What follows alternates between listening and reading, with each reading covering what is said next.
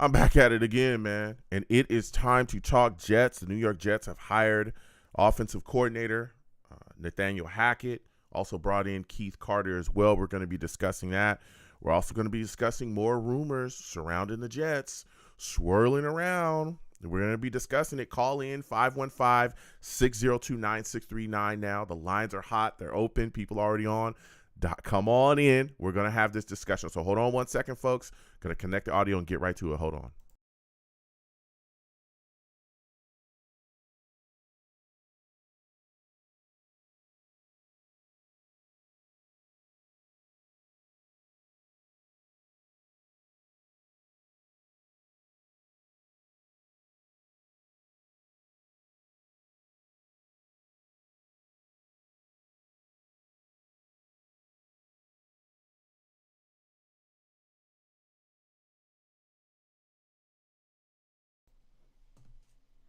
Blog Talk Radio.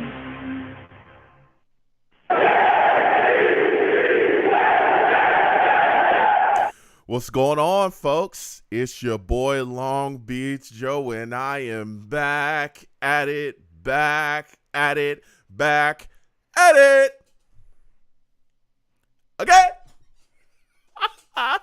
You boys back at it again, man. We have a lot to talk about. Had to do an emergency show. Things, parted situations happen, and here I am after the New York Jets have hired Nathaniel Hackett as their new offensive coordinator, Keith Carr as well for the offensive line coach position and running game coordinator.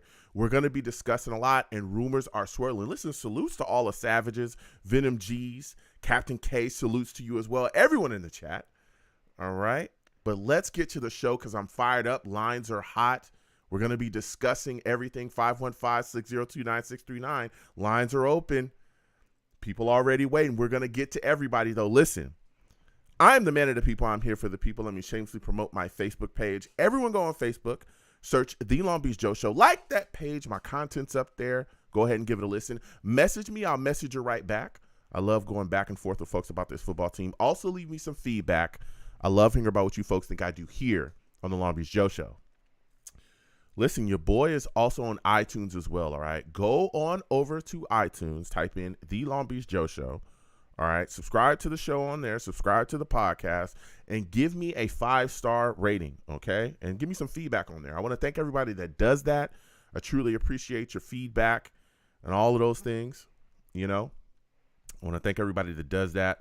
I'm also on Twitter as well. Okay, go on over to Twitter. At The Long Beach Joe, at The Long Beach Joe on Twitter, okay? Come on over.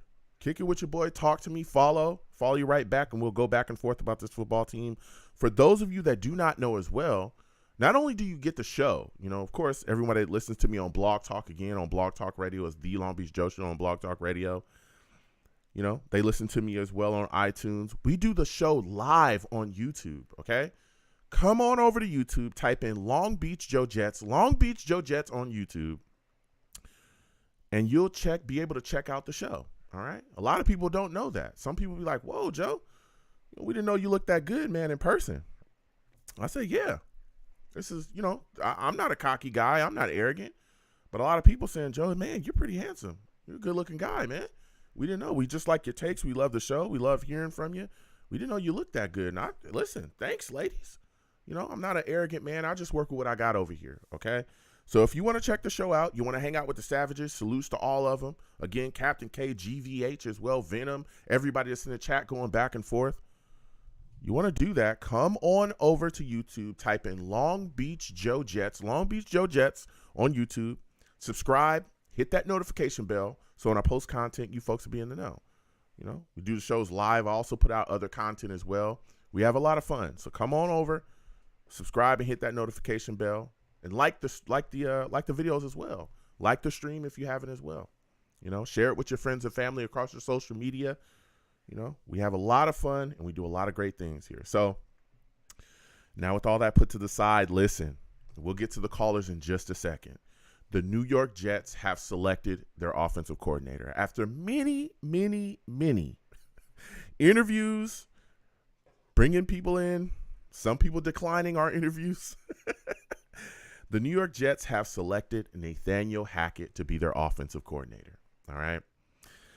Now, listen, you may know Nathaniel Hackett, and you may know his father as well. He's the son of Paul Hackett. Okay. Paul Hackett was the offensive coordinator here with Herman Edwards. Okay. He was with the Jets from 2001, 2004 under Herm.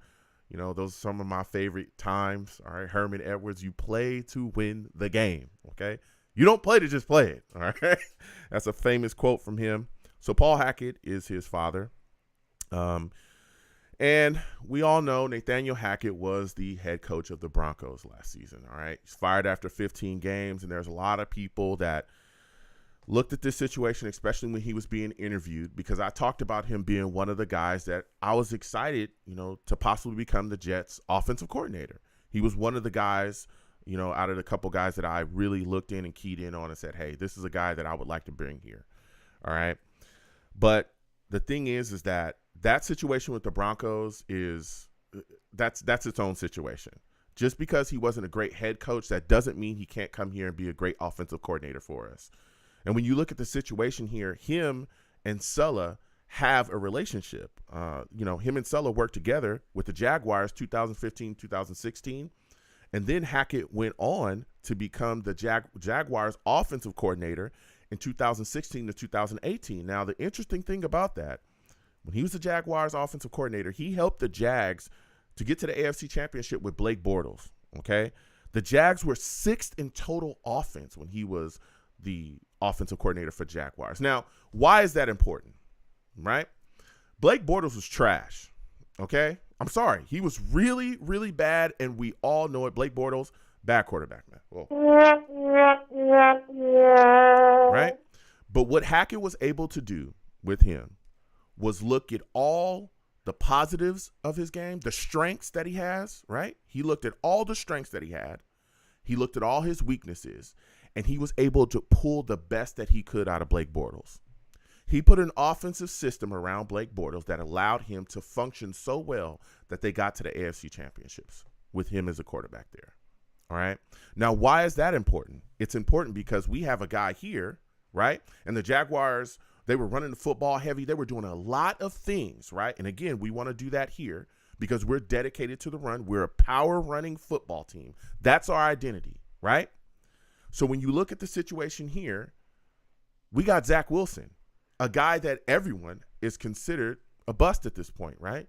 A guy that everyone is looking at and saying, hey, we need somebody to come in here and turn his situation around. Sulla's even talked about it as well, not giving up on him, coaching him through hell or high water. They're going to continue to push with this kid.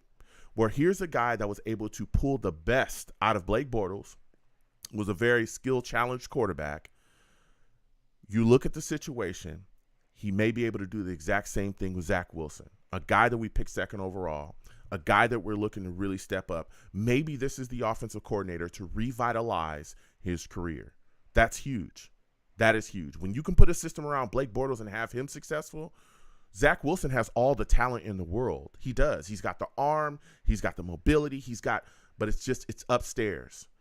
Hackett could come in here, and especially with his offensive system, which is very run heavy, but it also allows you to do your quarterback to do very little, right? It's a lot of rhythm timing stuff that he does. You got to get the ball out of your hands quickly, right? So maybe he'll be able to come in here, help Zach Wilson understand the X's and O's a bit better, and have him seeing the field differently, simplifying the system enough to where a guy can move forward and really execute within it, all right? So that's going to be huge. I think that's a big, big cog there in bringing in Nathaniel Hackett, was that, hey, this could be the guy that really helps turn Zach Wilson around. Then you look at the situation again after, his time with the Jags. He went on to be the Packers offensive coordinator 2019-2021 under Matt LaFleur. We all know that Sulla and Matt LaFleur have a relationship as well. Well, while Hackett was there, the Packers had a top 10 offense, and they also were number 1 in scoring offense in 2020. Okay? Now, why is that important? We struggled. Okay? If you look at the situation they had with the Packers, he shared play calling duties with Matt LaFleur. He worked in a lot of the stuff within the red zone, right? That was his focus. He was a guy that really put together the packages in the red zone, and again, they were scoring. Why is that important? We have issues scoring in the red zone. Our red zone efficiency is lacking, okay? And we all saw that this year. More notably, you go back to that Vikings game and you saw the issues, the glaring issues, getting it done in the red zone, punching in, scoring touchdowns, right? The last 3 games, we had no touchdowns. We went 31 possessions without a TD. That's insanity. That's one of the main reasons why the last 6 games, we had a 6-game losing streak, slid straight out the playoffs. Straight out the playoff trace because we couldn't get it done there. So here's a guy that's going to be able to come in, a veteran play caller, which is exactly what I wanted, a guy that's been an OC, a guy that understands he's got the bones about helping quarterbacks. He can put systems together. Again, he's about running the football. Don't get it confused. He's about running the football. All right. And he's had big success. Oh, and by the way, and we're going to be discussing this as well, I'm just saying he has a relationship with Aaron Rodgers. All right? He has a relationship with Aaron Rodgers. According to all reports, he's very close to Aaron Rodgers. And Aaron Rodgers really liked him, and they really built a lot of chemistry while he was calling plays. Now, I'm just saying, if I was a quarterback of Aaron Rodgers' ilk, right, and I wanted to go somewhere, and there was a team in Green Bay that was looking to trade me that said that they wanted to make sure that I did not go to a team in the NFC. There's another team that wears green in the AFC as well. They play at MetLife, and now they have an offensive coordinator that you've seen major success with, with his time with the Packers. I'm just saying, if I was someone like Aaron Rodgers, not that I'm saying I am, but if I was, the New York Jets would look like a very hot destination right now, especially with all the other weapons that we have, right? You got the weapons. Now you got the offensive coordinator that you would probably want. Why not come play for the Jets, right? Why not push Green Bay to make a trade and make sure that you stay, make sure you come on over to New York. I'm just saying, all right? Also, when you look at Hackett again, the running game for me was big too. You look at our running game, it struggled mightily this year. I'm talking mightily, right? You look at our situation running the football, it was atrocious down the stretch. Do you know that Breece Hall was our leading rusher this year? He only played 7 games. He only played 7 games and finished the season our leading rusher. Come on. Come on. So when you look at the situation, Hackett's in the building now. He's going to bring a fresh, look into the offense. We're going to figure things out. He's here to coach Zach Wilson. And again, we're hearing not only from Sulla, we heard it from Woody Johnson as well. They're going to attack the market. And Sulla's talking about bringing in a veteran quarterback. So rumors are starting to swirl that Aaron Rodgers is the guy they're going to target. We're going to get to the callers. All right. Now I want to talk a little bit about Keith Carter. Keith Carter is a guy that we hired as well. Offensive line coach is what we hired him for. He's also coming in to be our running game coordinator as well. We all know that we've moved on from Benton. So Keith Carter is the guy that's brought in. Now, keep in mind, he was the Tennessee Titans offensive line coach for 5 seasons. Worked with the Falcons, the Seahawks. Him and Sulla as well have a relationship too. They were assistants together in Seattle, and they won a Super Bowl, together on that staff.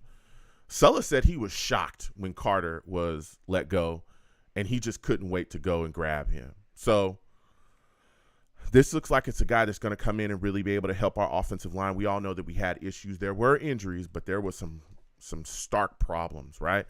So here's the guy that's going to come in and really beef that up. And again, that's going to help with our running game, really help us protect the quarterback as well.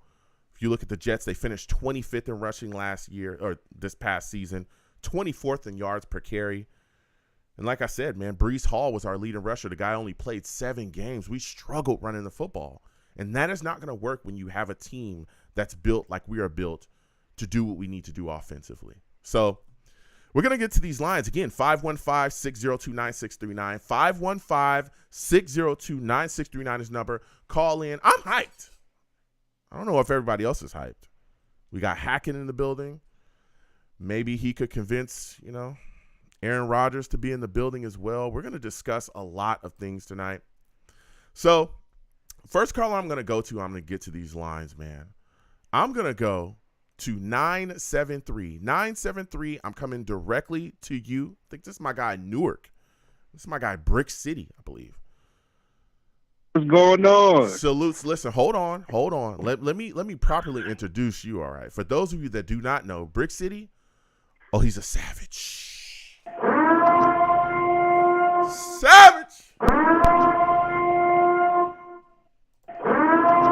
Damn, Brick City's a savage. Listen, Brick, we sitting here, man. Hackett's our offensive coordinator now. Keith Carter brought in as our offensive line coach, running game coordinator. Give me your thoughts about these hires, man. Are you excited by them? I mean, we got no other choice but to be excited, right? I mean, everybody's illuming Aaron Rodgers. It's not guaranteed right now. I just wish everybody punched the brakes on that right now. Let's take it day by day, Jet fans. We got the OC in the building. I think he runs a similar West Coast system, so that won't be a bad transfer for the offense. I like the O-line coach that we brought in for the running game. That's definitely going to help Michael Carter, Bam Knight, and Breece Hall once he gets healthy. And heck, maybe we keep James Robinson. So that's a 3-4 headed monster right there. Mm-hmm. I think we can bring in Alan Lazard after we cut Corey Davis. I think Corey Davis is goner, man. I really like him, but he's too injury prone. Mm-hmm. Braxton Berrios gone. See ya. Bye. Add little pieces with Elijah Moore, Garrett Wilson. I mean, let's go. I mean, if it's not Brett Favre, Brett Favre. I'm having flashbacks of 08, right? Yeah, that's flashbacks you of went back 08. pretty far there. Bringing Aaron Rodgers, Uh-huh. I mean, what will it take to take him? I mean, I was on Jake Asman earlier in the week, and I was the first one to mention this, Jet fans. I said, hey, what if we give up this year's second and the 2024 second, which also could be, let's say we win the Super Bowl with A-Rod, and let's say we just bring him in, will that be a conditional first? And I think that's a great compensation to bring in a veteran quarterback like Aaron Rodgers. Well, hold on a second. I think you're going to have to give up more than that for Aaron Rodgers, to be completely honest. According to all the reports, I don't think so. I mean, yes, you do. Hold on. According to all the reports, everything that we're hearing out of Green Bay, you're going to have to give up 2 first.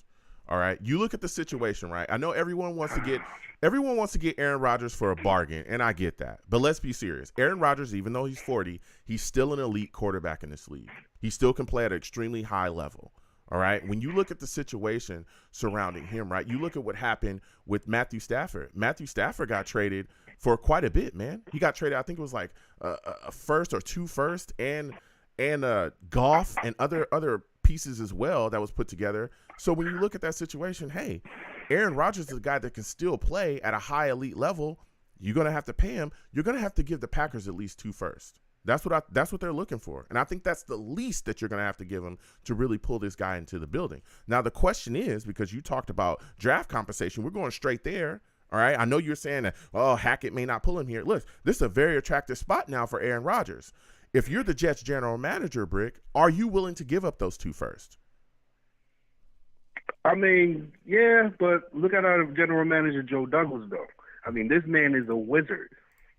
This man is a wizard, and he's not going to – I think he's a general manager that's not going to give up the future for the present. I know the seat is a little warm for him and Saleh. I understand that. We had a nice terrible collapse this year. I get that.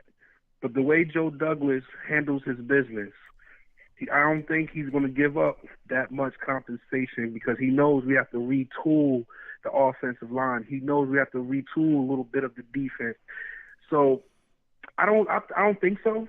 I mean, I think giving up 2 second-round picks, maybe that second-round pick could be a conditional first, I think is real compensation for Aaron Rodgers. Okay, so but here's my thing, though, Brick. Why is that giving up too much, right? 2 first-round picks, that still allows you to continue to address other issues on the football team, which, by the way, no team's going to be perfect. None. Okay? I know people talk about the New York Jets issues along the offensive line. Yeah, but we had a lot of guys injured this year, right? ATV went down. Becton went down. We had multiple other guys. We were down to our 4 stringers at one point, right? So when you look at that can still be addressed. More than likely, you're going to need a tackle, maybe a center if you get rid of McGovern. You still got second-round pick and down to continue to address those issues, and you got free agency, right? You talk about the issues on defense. We need to correct that. The Jets have the 4th overall defense in the league. We were in every single game this year. We didn't get blown out in any of these games. Yes, we were. We was in every game. So what exactly do we need? We need a safety. You can get that in later rounds. You can get all of these things in later rounds. You know what the biggest issue with the New York Jets was? Quarterback play. If we had Aaron Rodgers, it's been like that for 50-something years. Yeah, but if we had Aaron Rodgers this year, we would be in the playoffs. If we had Aaron Rodgers this year, you could argue that the New York Jets would be, a possible contender to be in the AFC Championships or win a Super Bowl easily. We talked about that. No, we won the Super Bowl. But okay, so we talked about. Super Bowl. So you just said it yourself. We win in a Super Bowl. So a Super Bowl is worth what? More than 2 first-round picks. I'm giving that up easily. To solve this issue that we have had for I don't know how many years, 2 first-round picks, gone. You can have it today. You could have had it a week ago if it's me. I'm making the moves. If we're talking about, if you just said yourself out of your own mouth that you think that if Aaron Rodgers was on this team, the New York Jets would win a Super Bowl, you can have those 2 first and out the door you go. I have no problems with that. I'll give you the final word on this. All right, cool. So let me ask you this, Joe, real quick. What if it turns out to be a similar thing than far? We give up the 2 first-round picks. Let's say we win a Super Bowl. I'm greedy, man. I'm greedy. Just like all Jets fans, I think we are greedy. I want a dynasty. I don't want him to come for 1 year. We go to the promised land and he retires and we out 2 first-round picks. Quick question. 2 years, he's going to give us back-to-back Super Bowls. Quick question. Yeah. Well, quick answer. Excuse me. You're talking about being greedy. I think it's funny, right? We're talking about being greedy. You want multiple Super Bowls. That's why you want to keep. We have not won a Super Bowl since 1960. We haven't been in the playoffs in 12 years. 69. Oh, 69, excuse me. We haven't won. Yes. We haven't been in the playoffs for 12 years. You're talking about building a dynasty. I'm trying to get there. I'm trying to win. I get you want to have long-term success, and you could have that because guess what? You got Zach Wilson sitting behind the guy. But, God, can we get somewhere first? Can we get to the promised land? I agree with you need on success that one, Joe. first. I agree with you. And hold on a second. Washed, man. Hold on a second. The window in the NFL is so small. If you don't attack, if there's any time that we need to gamble, it is now. If it's any time that you want to put picks on the line to gather the type of talent that Aaron Rodgers is, it is right now. This team is ready. Go ahead. Again, I'll give you the final word on that. Hey, you know what? I totally agree with you. I want to win. Everybody that's Jet fans want to win. I'm all about the Super Bowls, man. I'm all about the Super Bowl. I mean, if we can get Rodgers, cool. But if we can't get Rodgers, I can see us winning the Super Bowl with Derek Carr as well. Mm-hmm. Well, I don't think he's a choke artist. He's not a Kirk Cousins. He's not a Dak Prescott. He's not a choke artist. He just didn't ever had a real team around him. We got the offense, weapons. We got the defense. And if we can get him for a third, let's say we can't get Aaron Rodgers, we get Derek Carr. Would you settle for that? Yeah, I would have no problem with Derek Carr at all.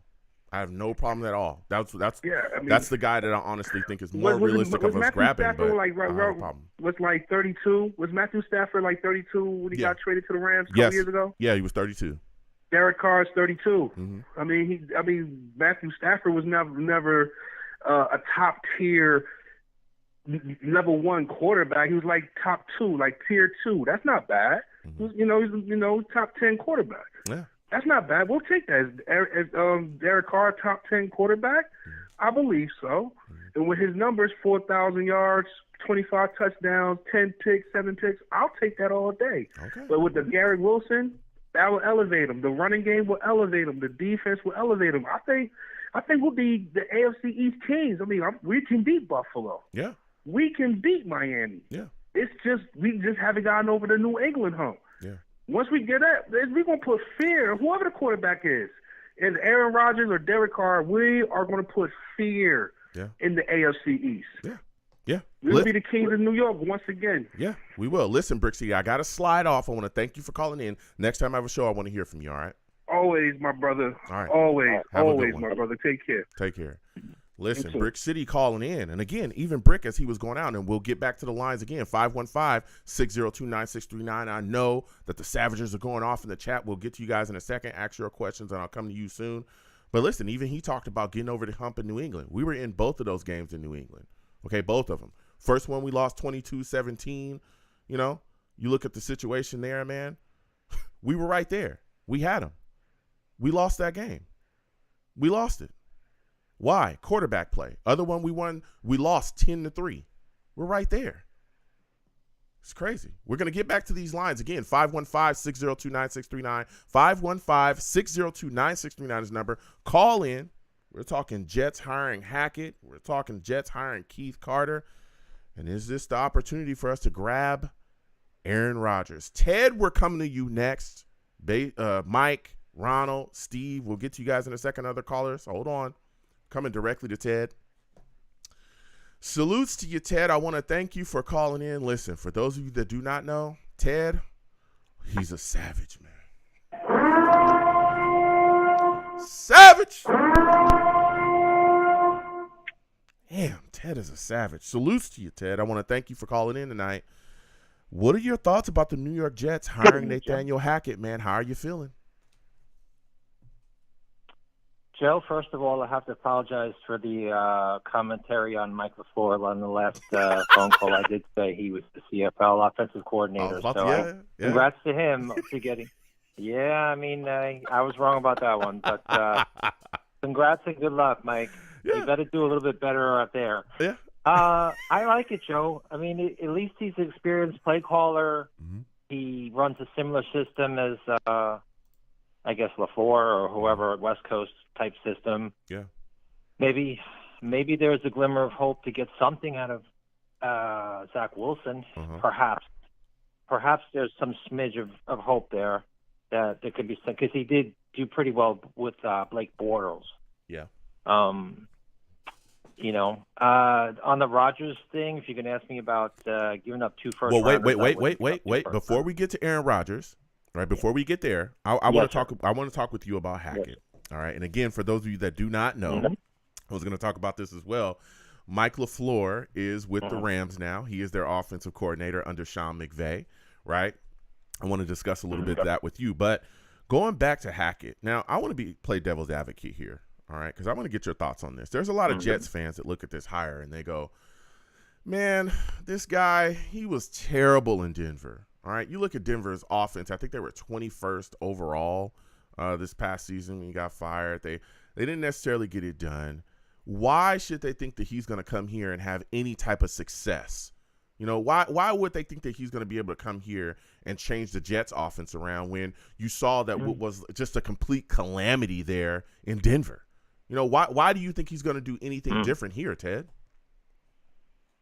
He just based on his track record that he had in Jacksonville and with Rodgers, and I mean, I know Rodgers is a Hall of Fame quarterback, but Rodgers had a couple of really solid years with Hackett as the OC.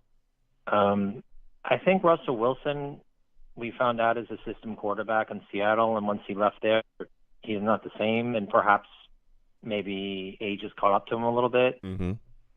I can't blame Hackett for being the first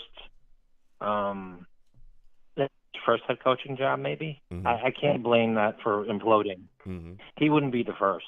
Yeah. He wouldn't be the first. Yeah. And he's that are just really good at being OCs. Like, I just lost his name. It slipped out of my mind. The guy, oh God.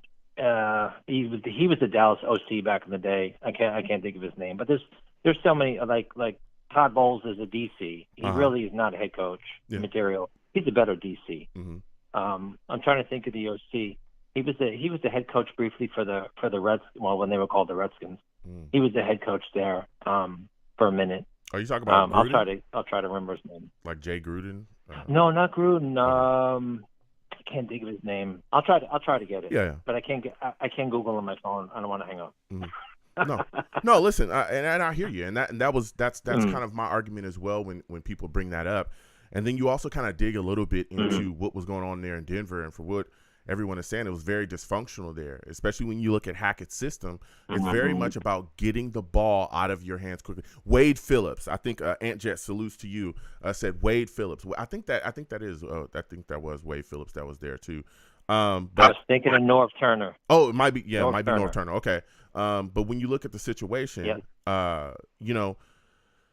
Hackett's scheme is all about getting the ball out of your hands quickly. It's a very run-heavy scheme. When you look at what Russell Wilson likes to do. He likes to keep the ball in his hands. He likes to roll out, do stuff like that. So there may have been issues just with his scheme fit. And again, maybe it just wasn't the right place, right time. And just because you're a bad offensive coordinator doesn't mean that you can't be a good, or just because you're a bad head coach doesn't mean you can't be a good offensive coordinator, right? So correct. That's especially, again, and like you said too, even building on your point, going back to what we saw him do with Blake Bortles, that's huge because that tells you that he can get the most out of a quarterback that really wasn't skilled much at all, which tells you he can build a system, an offensive system for success. And again, the Jags had a tremendous running game when he was there, and they would absolutely put it on you that way. And that's my next question for you is, do you think the New York Jets running game will be revitalized under Hackett's, call as an offensive coordinator here? I would think so, Joe. I mean, let me just say this. I still think at any level, I don't care, regular season, playoffs, Super Bowl, you have to have a competent running game. You can't be pass heavy. Unless you're Tom Brady, maybe you can get away with it, or Mahomes. But, I mean, just look at Cincinnati last week against Buffalo. They ran for 150 yards, and they pretty much dominated the running game. Buffalo couldn't run. The only runner they had was Josh Allen. So I'm still an old school type of theorist where a decent running game and short passing attack always works. I mean, you don't have to be a superstar thrower, I don't think. I mean, there's exceptions like Mahomes and things like that, but to have that kind of running game, and then we have Breece Hall, and I don't think we need the six running backs. The six-headed running back for our team, but maybe we can add a couple more weapons for whoever the quarterback may be. But I like the offensive running game to set everything else up. Yeah. So when you look at the situation, and I mean Aaron Rodgers, we're already here. We're talking about it. If the New York Jets don't end up with Aaron Rodgers, do you consider this hire a failure? Not at all. Okay. Not at all. He could have been the best. I mean, look at all the choices. They were some of them didn't even call plays. I mean, they were basically under an OC. You have a guy who's ran offenses, designed offenses, maximized potential. Then Blake Bortles. I wouldn't say made Aaron Rodgers an MVP, but he didn't hurt him. He whatever his designs were. Certainly helped Rodgers. So I think he's the best choice that we had without getting like a Frank Reich, who we're never going to get anyway. Yeah. Yeah. A lot of people were hoping for Frank, like you said as well. A lot of people felt like that was a pipe dream. Now, my next question for you, look at this situation. I've been talking about it, 2 first-round picks for Aaron Rodgers. There's a lot of Jet fans that are against that. What are your thoughts on it? No, because I sort of agree with the last caller. If we can get away with it, Joe, I still don't see a high market.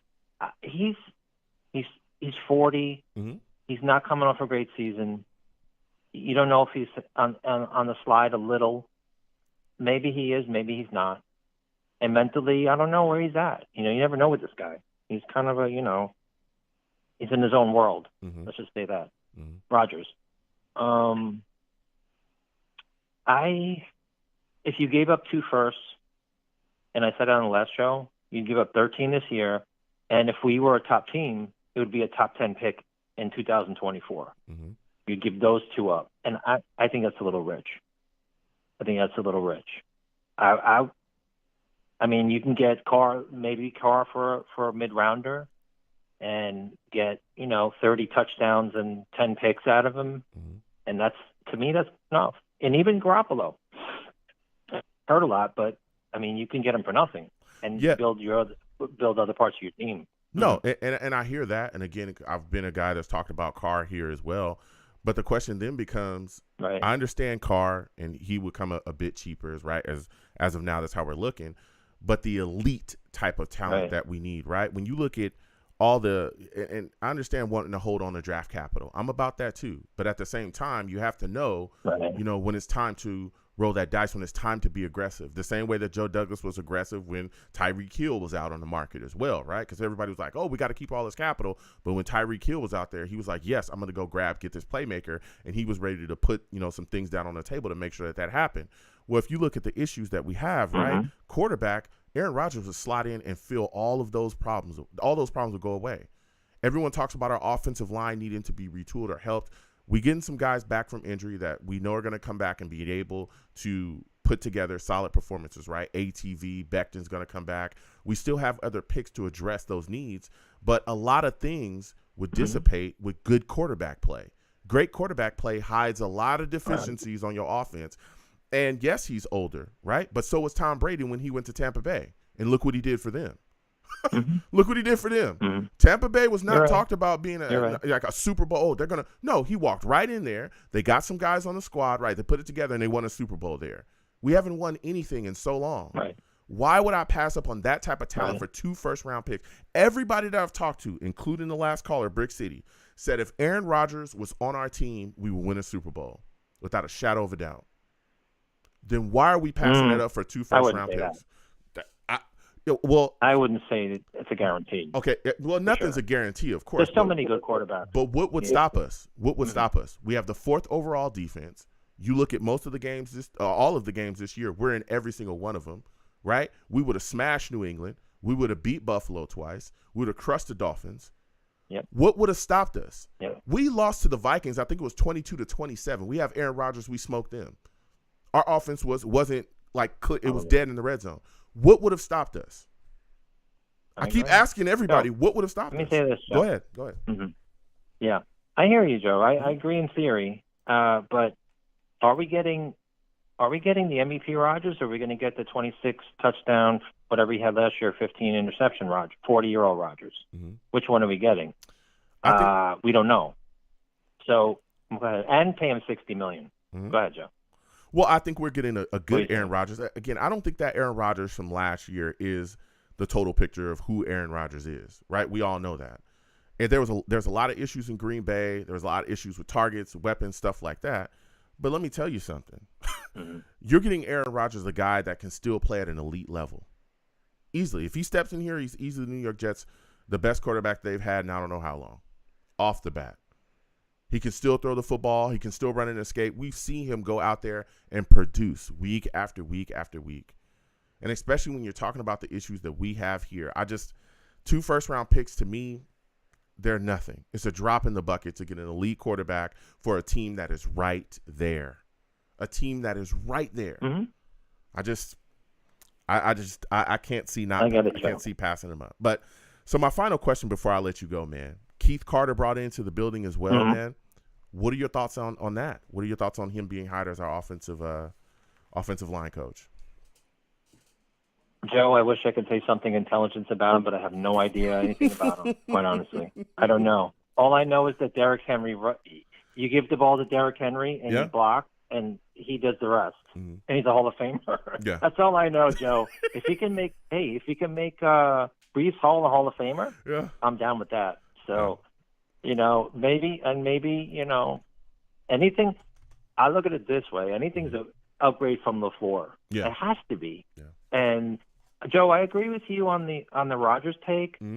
But, when you say everybody, we haven't been in playoffs and we won all these games, but we probably would have won all those games with Carr. You know what I mean? I get it. But Rodgers is 40, and I don't know where his head's at. He's a 2-year rental. There are questions. It's not a guarantee. AFC is loaded with quarterbacks. You got Burrow, Mahomes. You got Allen, who I think Allen's reached his peak, quite honestly. But you got all these quarterbacks you have to beat. But I don't know if Rodgers is that much of an upgrade over Carr at this point. Wow. I don't know. Maybe slightly, but I wouldn't say it's gigantic. Okay. I really don't. I mean, look, I love Derek Carr, but I think that Rodgers, to me, of course, Lamar Jackson is the guy, but I just don't think he's leaving the Ravens. But I think after Lamar Jackson, it's Aaron Rodgers, then Carr. That's on my list of top 3. But listen, I got to slide off, Ted. I want to thank you for calling in. All right. Next time I have a show, I want to hear from you. All right. All right, Joe. All right. All right, Joe. We're going to keep getting to these lines. Again, 515-602-9639. 515-602-9639 is the number. Call in. We're taking all callers. Next, I'm going to my guy, Angelo. Angelo, I'm coming directly to you. I need to hear from him, man. I need to hear from him. Angelo salutes. I want to thank you for calling in tonight. Listen, Angelo, we are talking Jets. They've hired a new offensive coordinator. Hackett is in the building. Give me your thoughts on that, man. Are you happy with the hire? Yeah, I mean, I'm excited. I think that's what we wanted. We wanted a guy with experience, and we got it. Mm-hmm. So, with LaFleur, it was, again, when we brought him in, it was like, okay, he's young, but it's also exciting, too, because there's potential, and there was a lot of good other candidates out there that had potential, but I just don't think we're at that spot right now. I think we tried it. We got to go for the proven commodity who's got the experience.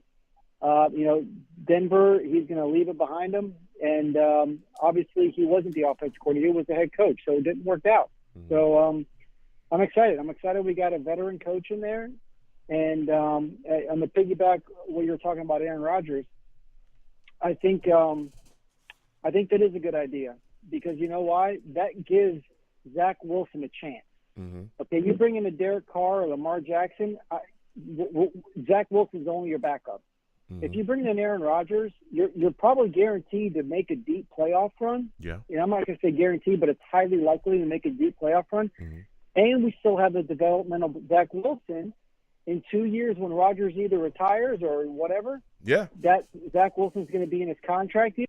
And, so that kind of works out right there, man. Mm-hmm. And if you got to give up a first-round pick, 2 first-round picks, that's nothing. Yeah. That's a Mekhi Becton and, Leonard Williams. I get it, but it's just the draft picks are potentials anyway. Mm-hmm. You don't hit on every first round pick. So if you got a proven commodity and Aaron Rodgers, like the last guy said, you got to go against Joe Burrow, Patrick Mahomes. I want a guy like Aaron Rodgers. Aaron Rodgers, man. If you're going to go into the playoffs and play these teams with quarterbacks, you need a guy like Aaron Rodgers to compete against him. Mm-hmm. No, yeah, and listen, I hear you, and that's one of my arguments as well. Is that look, if we're gonna go in there, and I want you to come a little bit closer to your phone. I don't know if you're on a headset or something there, Angelo, but come a little bit closer to your phone so I can hear you a bit more clearer. But if you're looking at the situation and you're saying to yourself, hey, we've got to go up against all of these guys, all of these weapons, all of these things we got going, then hey, you want to make sure you get the biggest gun you can. And Aaron Rodgers is that guy. Aaron Rodgers, to me, if you can get a guy, for 2 first-round picks, then you go ahead and you grab him and you bring him into the building. And I understand that a lot of people want draft capital, and that's fine. Like, I get the draft capital. But again, that does not stop you from continuing on with the rest of your draft. You still have other picks as well. You give up 2 first-rounders, you're able to continue to handle other issues and situations with the rest of the capital that you have. And by the way, look at the weapons that we currently have. You got a guy like Garrett Wilson, you got Elijah Moore, you got all these weapons, CJ Uzomah. All these guys become better with the elite type of quarterback play that you're going to get from Aaron Rodgers. I mean, I just, look, I get it. I'm a Derek Carr guy too. I like him as well. I think he's the most realistic, out of all the guys. We know for sure that he's going to get moved. But to me, if you can grab Aaron Rodgers for 2 first-round picks, you make it happen. Angelo, go ahead and give me your final words on that, man.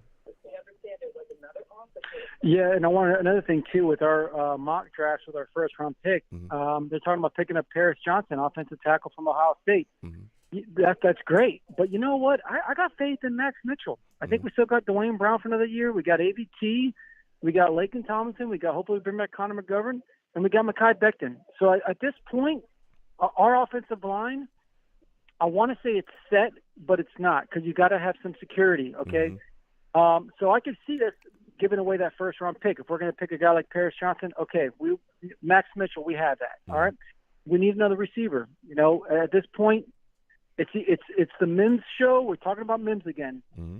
This is his year. We keep saying it. So I would like the Jets to go after another receiver. But here's the thing: you bring in Aaron Rodgers early, you get the deal done early. Mm-hmm. You bring in free agents. Yeah. Everybody's going to want to play. We know what defense we have. Now we have the quarterback. Exactly. Okay. So whatever the 2 first-round draft picks, you're going to pick up 2 first-round draft picks in free agency when you get Aaron Rodgers here. Mm-hmm. And Exactly. that's it. People forget about the free agency game. You can pick up any player you want. Yeah. The draft Exactly. doesn't matter. Their potentials. You can pick them up in free agency, man. Yeah. So, listen. and you can see this last year. Go ahead. I'll let you finish. Our quarterback play fizzled out. Yeah, and that's why we didn't make the playoffs. It's because our quarterback play.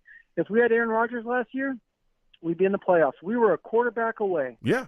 Yeah. So I mean, I'm we excited. had Either way, I'm excited for Derek Carr and Aaron Rodgers. Yeah, we had so many players down the stretch, or so many chances down the stretch as well, to get the job done, but we failed in a lot of those games, and that was the issue. So, Angelo, I guess we lost him, but we'll keep getting to these lines. Again, 515-602-9639, 515-602-9639 is the number. Call in. We're taking all callers. We're talking about it all. Hackett, Aaron Rodgers. We're talking about Keith Carter as well. We hired him as Jets offensive line coach. So we're going to get back to these lines. Again, please give the stream a thumbs up no matter where you're watching me from. Please subscribe. Hit that notification bell so when I post content, you folks will be in the know. Also, share the stream across your social media with your friends and your family. If you like to give to the stream, the super chat is there. Cash App is at the bottom of the screen. Anything you give to the platform is greatly appreciated. So next, I'm going to go to 908. 908, you're looking like a new caller. I'm coming directly to you. 908, give me your name, where you're from, and give me your thoughts on the New York Jets hiring Nathaniel Hackett. How are you feeling about it? What's up, boss? I'm calling from Denellen, New Jersey. Okay, what's going on, Danelle? So give me your thoughts, man. Hackett, now the New York Jets offensive coordinator. How are you feeling about it, man? There's some Jets fans that are looking at him saying, hey, look at what he did in Denver. I don't want to have anything to do with him. There's some Jets fans that are excited about it, and they're hoping that he'll get Zach Wilson to progress. Hopefully this offense to progress as well. What are your thoughts on him? It felt like it was the right move only because I see that Hackett has a great reputation in the league. Mm-hmm. He has experience, obviously, going back to Blake Bortles' play. Mm-hmm. It was just evident that if he can bring that more polished West Coast offense to the New York area, I think it will be running much, much smoother than the ones that we saw with Mike LaFleur. Mm-hmm. No, yeah. And again, like you said as well, that West Coast offense, you look at the situation, man, they're going to be running the football heavy. And that's what I want to see from him. I want to see his running game come here and be implemented. The running game that the Jags had put together was phenomenal. And I want to see if he's going to be able to come here and do the same thing because we struggled down the stretch as well. Once Breece Hall went down, our running game really had issues. Nobody could really step up and take the spread. We just struggled there. And again, when we struggled there, it became, we have to lean on Zach Wilson, and then the defenses, it was very easy to defend us. You stack the box, you beg Zach Wilson to beat you with his arm, you know he can't do it. Those equaled losses. We struggled scoring down the stretch as well because we could not run the football effectively, and that was huge. Hell, Breece Hall ended the year our leading rusher. He only played 7 games. Like that's atrocious. So when you look at this situation, right, what are your thoughts about Hackett's influence on Wilson? Do you think he'll be able to revitalize Zach Wilson's career? Is he the right guy to, unlock the potential that Zach Wilson has? I think that's a great key word that you just used, revitalize. I see a lot of forums that says fix Zach Wilson. Mm-hmm. Zach Wilson does not need to be fixed. He's a grown man. He can fix himself. At the end of the day, I think the Jets' true identity is run the football. I mean, I miss those days where we had like a good stable. We had, Bilal Powell. We had Chris Ivory. We had those power backs. If we can get Breece Hall, we can get Robinson going. Heck, we can scare the league with our running game. Yeah. And honestly, if Zach Wilson can thrive with that run-first playbook, then hopefully we can be a good playoff team, and then people will start taking the Jets seriously. Yeah. No, listen, you're right. Now, my final question for you, because the lines are hot, man. Aaron Rodgers, do you think that this move for, you bring in Hackett, do you think that this move means that Aaron Rodgers is the next thing that the New York Jets are going to acquire? I'm going to say no. Okay. Why? I'm going to say no. And that's just no disrespect to Aaron Rodgers. I have high respect for him. Mm-hmm. It just seems that he's going to retire as a Packer. I could be wrong, but I definitely see Derek Carr coming to New York. Okay. So out of all the quarterbacks that could be available, I'm just saying, you would rather go with Carr over Aaron Rodgers, or do you prefer Aaron Rodgers, but you're just unsure if he's going to even be around. Is that your whole thing? I would prefer Aaron Rodgers. I'm just looking at his age, his health. We bullied him when we faced him in Green Bay, and his body can only take so much. Once we fix our offensive line, I think we can be solid. But I can see Derek Carr. I can also see Tannehill now that we actually I think we hired the run game coordinator from Tennessee. Yeah, Keith Carter. Tannehill, he's very athletic. Yes, he's very athletic. He's a poised passer. He's not really flashy, but I'll take either Derek Carr or Ryan Tannehill. So thank you for taking my call. I appreciate it. Yeah, absolutely. Thank you for calling in. You have yourself a good one. Listen, we're going to get back to these lines, but before we get there, we're going to go to the chat. We'll go to the Savages in a second because I want to go back and forth with y'all as well. The lines are hot. We'll get to everybody. J.E. salutes Savage. J.E. says Hackett didn't call plays in Green Bay with the Packers. Actually, yes, he did call plays in Green Bay. He actually shared the responsibilities. He didn't call all of them, but he did specifically work within the red zone and called a lot of plays there. He set up a lot of the packages and did things too. So he did indeed call plays there with the Packers at times. Did he call all of them? No. But specifically in the red zone, he was the guy that called plays. And yes, they did have a number one scoring offense at one point. And then J.E. also went on to say, no, Hackett didn't fix Bortles. He's out of the league. He also made Russell Wilson look like a rookie. I'm not sold. And I hear you. All right. But here's the deal. Hackett's not responsible for Blake Bortles' whole career, okay? When Blake Bortles was there, when he was there under him and his tutelage, guess what? They had a top offense in the league. They were sixth overall in total offense in that year. So guess what? he got him functional. That year they went to the AFC Championships. Blake Bortles looked better in that year than he had ever looked in his career. That's a fact. Now, he can't do everything, right? He can't carry you through the rest of your career, but those were big years. Those are big formative years. And again, he did struggle. The Broncos did struggle with Russell Wilson, but again, you keep digging and you listen to a lot of the stories and a lot of reports coming out. There was a lot of dysfunction going on within the Broncos, situation. And Russell Wilson, honestly, just didn't fit his scheme. To be completely honest, that's a lot of reports that Russell Wilson just didn't fit his scheme, and there was a lot of issues there. But that is the ding on him, is that he didn't perform well there with the Broncos. So we're going to keep getting to these lines. Again, 515-602-9639, 515-602-9639 is the number. Call in. We're taking our callers. The lines are hot. We're going to get to everybody, all right? Again, for all my new callers, when you call in, please be patient. We'll get to everybody. Also, there's no cursing on my show. Do not call into my show cursing. It's a family show. I'll get you out of here fast. I'm talking fast. Faster, we got Mike LaFleur out of here. Get out of here, Mike. Woo! That was fast. He's with the Rams. Mike LaFleur has been hired as a Rams offensive coordinator, okay? But he ain't here. So we're going to get back to these lines again. 515-602-9639. 515-602-9639 is the number. Call in. We're taking all callers. Next, I'm going to go to my guy, Ronald. Ronald, I'm coming directly to you. Mike, Steve, Jason, other callers as well. Please be patient. For those of you that do not know, that boy Ronald Perry is a savage, okay? Savage! Ronald, salutes. I want to thank you for calling in, man. Listen, you hear what we're talking about, all right? Hackett's in the building. Give me your thoughts about us hiring Nathaniel Hackett, man. How are you feeling about this?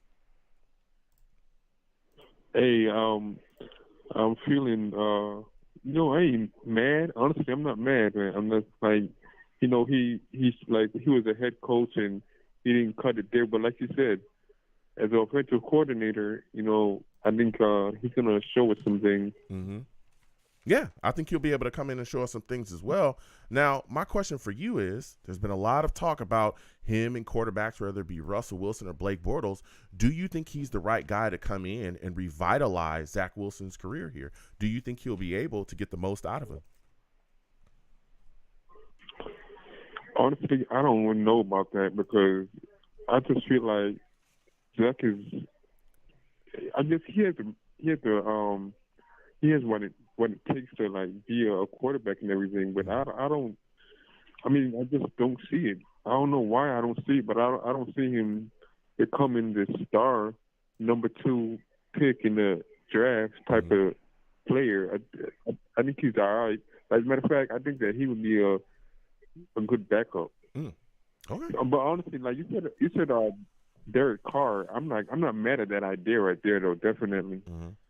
So are you a guy that wants to see Derek Carr over Aaron Rodgers, or are you a guy that if the New York Jets could acquire Aaron Rodgers, you'd rather see him get picked up and traded for? I would like to see Aaron Rodgers, but I don't want it to be like we're chasing him, mm-hmm. and then when it comes down to it, we miss him, and then at that time, Derek Carr is gone, mm-hmm. Garoppolo is gone. Like, you know what I'm saying? I mean, yeah. We basically have to stick with Zach or something crazy like that. I'm mm-hmm. like, I don't want to chase him too much. Okay. You know what I'm saying? I really would like for him. I would like for him to show some effort. You know? Okay. So like, let's do this. Let's do this. This is going to be my final question for you because you bring in some heat right now, and I hear you. I wouldn't want to chase him either. Again, Carr, I think February 15th. By then, they have to make a decision on him because otherwise, the stipulation in his contracts that will really, start to eat up stuff with them as far as cap wise. Now, if Aaron Rodgers is on the table and the Packers come to you and say, "Hey, give me 2 first-round picks, and you can have Aaron Rodgers," if you're the Jets general manager, are you doing it? Hey, you know what? I would say a first round, and also 2 first rounds, but 1 first round right now, and next year, if he decides to retire, then that second first round is off the table. So another conditional first round pick. Well, yeah, exactly. Yeah, exactly. I mean, I'm pretty sure. Yeah, I'm pretty sure that they would speak to him and make sure that everything's locked in, but. I mean, if you're trading for Aaron Rodgers, so 2 first-round picks you're willing to part. Look, I respect that.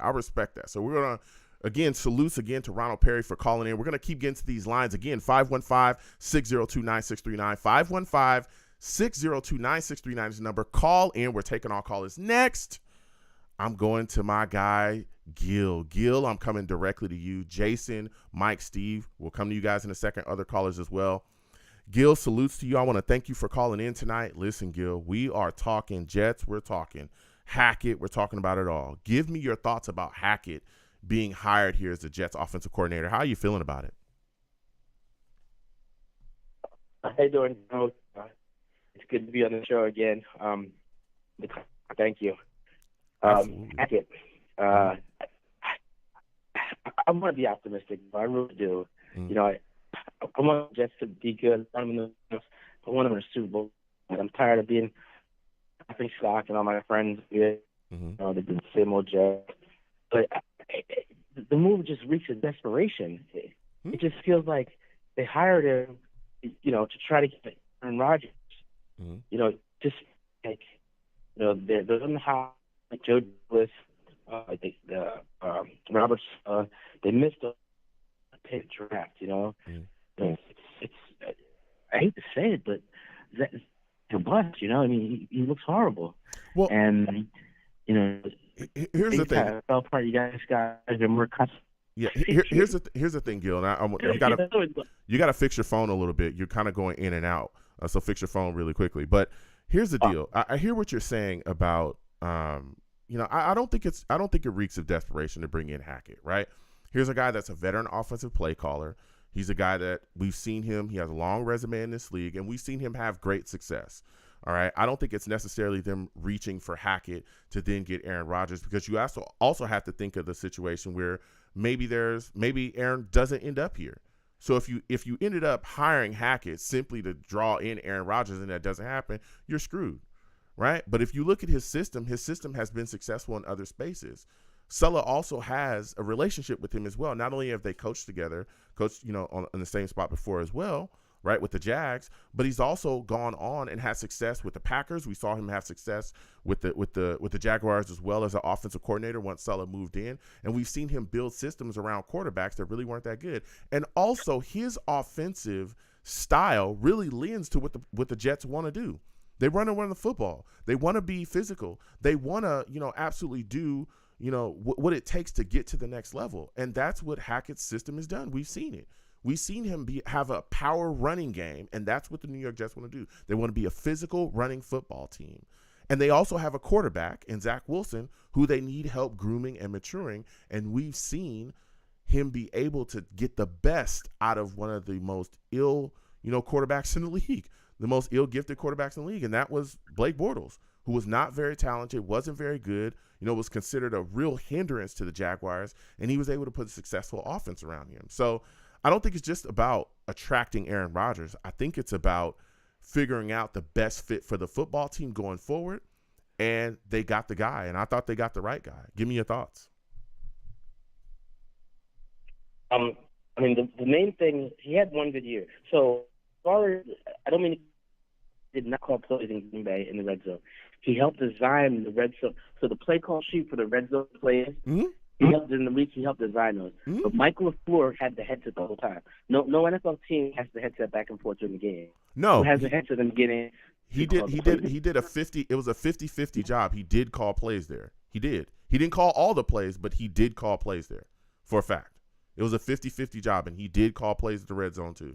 He absolutely did. He's on record doing that. He helped design the red zone offense. He did do that. He also helped calling plays as well.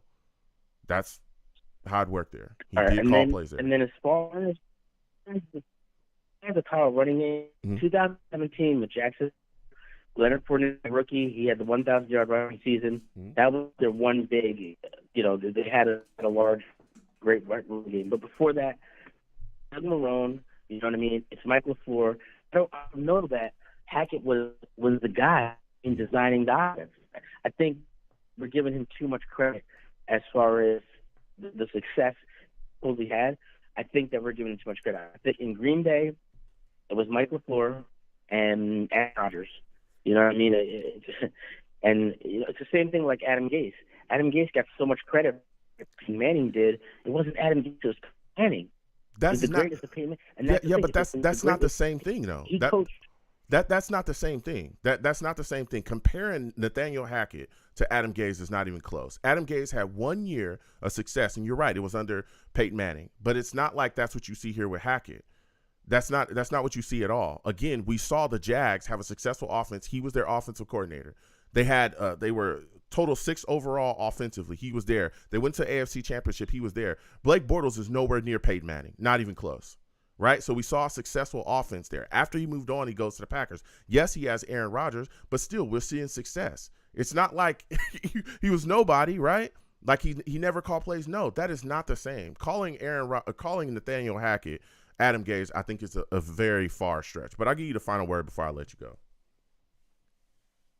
Okay, I'll say this. Aaron Rodgers doesn't. I hope he does. But if for some reason we don't get Aaron Rodgers and we get any other quarterback, even Derek Carr, if we were to get, Lamar, but that's not going to happen. Lamar's not coming. When we get Jimmy Garoppolo or Jackson, it starts the Jets next year for Hackett. It will be the only way this will be bitter success is if we Aaron Rodgers. I think our fans were going to be terribly disappointed if we don't get. Yeah, we just lost him. I'm sorry, Gil. We just lost you. Your phone line went out. I guess, again, he was back and forth coming to his phone line. Hopefully he's going to be able to get back in with a better phone line. But we're going to keep getting to these lines. Again, 515-602-9639.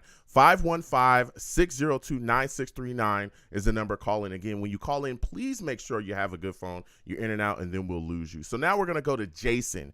Jason, I'm coming directly to you. Salutes to you, Jason. I want to thank you for calling in tonight. Listen, for those of you that do not know, Jason, he's a savage, man. Savage! Listen, Jason, we're talking about it all, man. We got people calling in saying they do not like the hiring of Nathaniel Hackett. You heard the last call before we actually lost him, talking about how, he feels like Hackett is the second coming of Adam Gase. You got other people like myself as well that's kind of excited about Hackett and what he can bring to the table. What are your thoughts about the situation, man? Well, I can understand why we see people comparing him to Adam Gase. I totally understand that, but at this point, you can't compare them. I know he had a bad year with the Broncos, but that just so many things just It wasn't playing calling, it wasn't anything. It was just the whole. I think it was everything around them just fall apart. It wasn't as good as people predicted, and I think that's what killed everything. But you know what? I'm happy. You know, people say this is a chance to get Rodgers. Dude, I love Rodgers. I watched him. My dad's a Bears fan, and so he hates Rodgers. So I watched him play against the Bears a lot. I love the man, dude. He's a franchise QB, man. So I would love to trade. I hope we do get him, dude. That would be I'd be ecstatic to get him. Okay. But the one thing I do have to say though. Oh, go ahead. Yeah. So my question for you, and it's again, you know, you're talking about Aaron Rodgers and wanting to bring him in, but here's my thought process, and I want to think about it like this. Let's say again, Hackett's here. You're excited about Rodgers. What if we don't end up with Aaron Rodgers? You know, what if Aaron Rodgers is traded to some other football team? Lamar Jackson stays on the Ravens. What do you want to do then? Where do you want to see the Jets go as far as their quarterback? I mean, who's another guy you'd like to see them target? Oh, man, that's realistic. That to me, that's a bad situation. But is it? The only option you have of that. Well, if you compare Rodgers or Lamar to anyone else, they are, you know, Derek Carr. He's a good quarterback, but he's just good. He's not great. He's not gonna. You know, if we need him to win us a game or two, we don't know if he can do that. So it's hard. I guess you go with Derek Carr and hope and build this offensive line and hope somehow that we can go in all the way and win it. But I think if you're realistically, if you're looking to win to go to the Super Bowl, to be in the playoff, you have to go with one of these top QBs that can win you these games. Well, here's the deal, and I hear it. Look, everybody loves Aaron Rodgers. I do as well. But I think that Derek Carr is a guy that can get the job done as well. You look at Derek Carr and his background, multiple 4,000 passing yard years. We've seen him constantly do that. I think we've only had one 4,000-yard passer in the history of the New York Jets, and I believe it was Joe Namath. I think he was only like 7 yards over 4,000 yards. So he comes in, he'd be established. I also think that a lot of people, when they look at Derek Carr, they think that he's just some average run-of-the-mill guy. No, I think he's an above-average quarterback. And I think he's good. I think he's a top 15 quarterback in this league, and that's honestly exactly what we need to come in here and take the next step forward. If we had a top 15 quarterback on this roster, the New York Jets would have been playoff easily, right? Then you look at the dysfunction that has gone on with the Raiders, a lot of the issues drafting-wise, right? We see Gruden, all the things that went on with him and the Mayock, their general manager, blowing through drafts. There was a lot of issues there with the Raiders, and he was able to go out there and be successful with a lot of the things that they had. So I don't think that the world's over if we don't land Aaron Rodgers. I think that we'll be solid if we can land one of those three guys. So even if we miss out on Aaron Rodgers, I think that, hey, Carr is a guy that I'd be excited about as well. I've talked about him as being my guy because I think he's the most realistic. But, you know, if Aaron Rodgers is on the table, I think you got to do what it takes to get him. And that leads me to my next and final question for you. We've been talking about this all night long, all right? I've been talking about, listen, 2 first-round picks to grab Aaron Rodgers. I'm doing it today. I'm doing it yesterday, okay? And I'm making it happen. If Aaron Rodgers is on the table and all you have to give up is 2 first-round picks, Jason, I'll make you the Jets general manager for the day. 2 first-round picks and you can grab Aaron Rodgers. Are you making that happen? Absolutely, dude. That's the easy one for me, dude. The only thing I would have is the 2020 not this first round pick, but the next first round pick. If somehow Rodgers decide next year to hang, I would make a contender, so it'd be a second round and a 6th round pick because of that. Because of then, if he's gone, then at least we have something, so that at least we have a first round back just in case a situation like that happens. But there's one thing I do want to mention. Yeah, go ahead. This offense, it all comes down to O-line. Doesn't matter who's the QB. What Rodgers will help. He can run and do all that. But if we don't fix this O-line, then there's no point of. Doesn't matter who's the QB. It's going to fail, just like what happened this year. Yeah. No, absolutely. I believe that as well. But again, I think a lot of people are forgetting that we're getting guys back from injury, and you still have other draft picks to do that. Not only do you have other draft picks, but if you grab Aaron Rodgers, there's going to want to be guys that are going to want to come in here to help you simply because you have Aaron Rodgers. You got a legitimate quarterback. You have a legitimate defense. There's guys that are going to want to come here because they can win a title. That's what they look at. The same way we saw guys run to Tampa Bay because Tom Brady was there. We saw that. We saw them put together a team with guys that were willing to come there because, Tom Brady's here. I'm ready to go. I want to go play for them because I know that with Tom Brady there, you got a chance to win a title. Where you bring Aaron Rodgers here with the weapons that we currently have and all the things in place, hey, look, you got a chance to win a title. So, listen, Jason, it was phenomenal speaking to you. I got to slide off. The lines are hot. You have yourself a good one, all right, my friend? You guys too, jet up. Absolutely. Salutes. We're going to keep getting to these lines. Again, 515-602-9639. 515-602-9639 is number. Call in. We're taking all callers. Again, when you call in, please make sure your phone lines are good. I need to be able to hear you, okay? Call me with a Sesame Street phone. I can't hear you. There's nothing I can do, all right? I want to hear your takes. I want to go back and forth with you. Also, there's no cursing on my show. Do not call into my show. Cursing, I'll get you out of here fast. I'm talking fast, all right? Faster than we got LaFleur out of here. I'm doing it again. Talking fast. That was fast. He landed somewhere else, but it was pretty fast.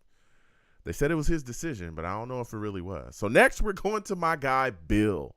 Bill, we're coming directly to you. Salutes to you, Bill. I want to thank you for calling in tonight. Listen, Bill, we've officially hired Nathaniel Hackett as our offensive coordinator. Keith Carter is our offensive line coach and running game coordinator now. Give me your thoughts on this, man. I got people calling in comparing him to Adam Gase. I mean, how are you feeling about the situation? Big Joe, thanks for having me on the line. Definitely not Adam Gase's situation. This is a guy who's experienced. We needed someone to get in the seat to set up the whole quarterback next phase. This guy's respectable. He's got a good history. If you look at his history, you want to look at Denver.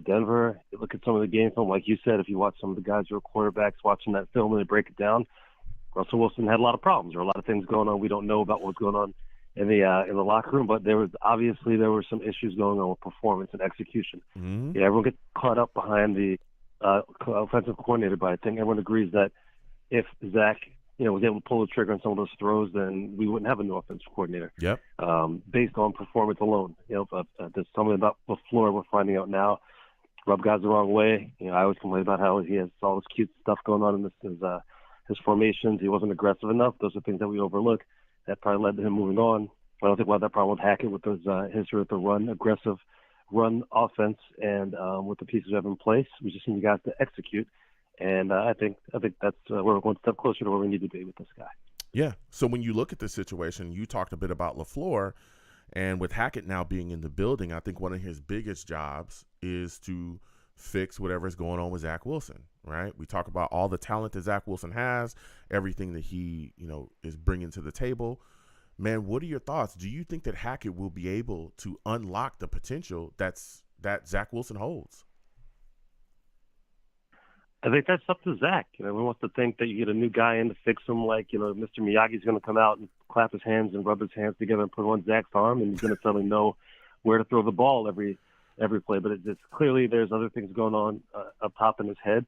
The guy's got coaches flying in from all over the country, and he's got all sorts of quarterbacks he's calling, and he's still not getting it. So for Hackett, obviously, for him to be around, they're going to give Zach another go at it in terms of just seeing if he can kind of establish something for next year. But it's going to be critical about who's going to be the starting quarterback, because that's the guy who's really going to have be in the quarterback room with Zach to go forward and try and straighten him out. I mean, you have an offensive coordinator; he's going to come up with a scheme. The quarterback coach is going to install it with the quarterback. So we should be more concerned about that guy. At the end of the day, Zach's going to have to get it. So we'll see what happens with that. Yeah. Are you expecting the New York Jets running game to be revitalized under Hackett? Because that's something that I saw mightily struggle last season. I was shocked by.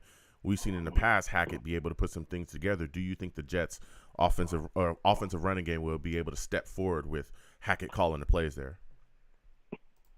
Oh yeah. I mean, if it could get worse, I would be surprised. I really could. I mean, When you take a look at the fact that, we have our guys up there, like I said, it's like a ballet. We have tight ends going left and right, people going in motion all over the place, guys going through, and then, it's 1 yard in a cloud of dust for our running game. It's inconsistent with the blocking up front and with a new offensive line coach, with a new offensive coordinator. Is that up? I mean, how many double teams did you see? I look back at some of the games tape, and I don't see our guys double teaming. It's all singling up, going to trying to be cute, guys pulling all over the place, and it's just too much. When they say in the beginning of the year, I think you all remember all the press conferences. LaFleur said, but more than anything, Saleh kept saying, we got to make it simple. We got to keep it simple. We got to go back to basics. And the problem was that every week it never got simple. They tried to strip it down as much as they could, but when your system is, it's just like just so many moving parts, you're just going to have errors. So I think Hackett's pro. He's going to take a look at what happened last year. Saleh already knows what he wants. It's just a matter of them being on the same page. And that's going to be a strong running game with a lot of power behind it, which, we have a lot of these guys who are on the offensive line right now, might be back next year for rotational players, but they definitely have to do some upgrades. But we have traditionally the last couple of years, had some big guys up front. We get a couple more guys in the draft and have a solid run game, which I think we will have with obviously with the running talent we have up front. That all starts there, and I think we're in a good position for that with a couple of new guys coming in the draft and our guys getting healthy. Yeah. So now we're going to the big question, man. All right. Everyone's talked about it. Oh, no. Oh, yes. Listen, Aaron Rodgers, all right, clearly there's a lot of speculation. I'm not a conspiracy theorist, but I would think that if I'm Hackett, right, and I'm coming off of a season in Denver where things didn't go the way I wanted. I got fired after 15 games. Everyone's looking at me, laughing at me. I'm the weird kid in the hall just trying to get home, after a rough day in class, right? So if I'm looking at the Jets position, I'm saying to myself, Zach Wilson, probably don't want to coach him. I'm guessing, and I know the Jets probably wouldn't say this publicly. Again, this is a conspiracy theory. I would guess that the Jets wouldn't tell you publicly who's going to be their next quarterback. But I'm pretty sure privately, right, they probably told Hackett who the next quarterback is going to be. Now, if you look at Hackett's connections, right, you look at his connections around the league, pretty strong connection with Aaron Rodgers. That's funny, right? Aaron Rodgers is a guy that's talking about being traded out of Green Bay. Do you think that the acquisition of Hackett, all right, I'm not a conspiracy theorist, but do you think that the acquisition of Hackett leads you to say, hey, look, Aaron Rodgers is going to be the next acquisition for the New York Jets? Is that something that you follow there? Is that a conspiracy theory that you think holds some truth? No, I don't think. I feel like this whole thing was some sort of, they're trying to go that route because they know that Aaron Rodgers, he might not come. Green Bay might say, "Yeah, we don't want to trade you. He can't force his way out of there. He'll sit there, collect his $50 million or some ridiculous number. If they're going to pay it, he'll take it."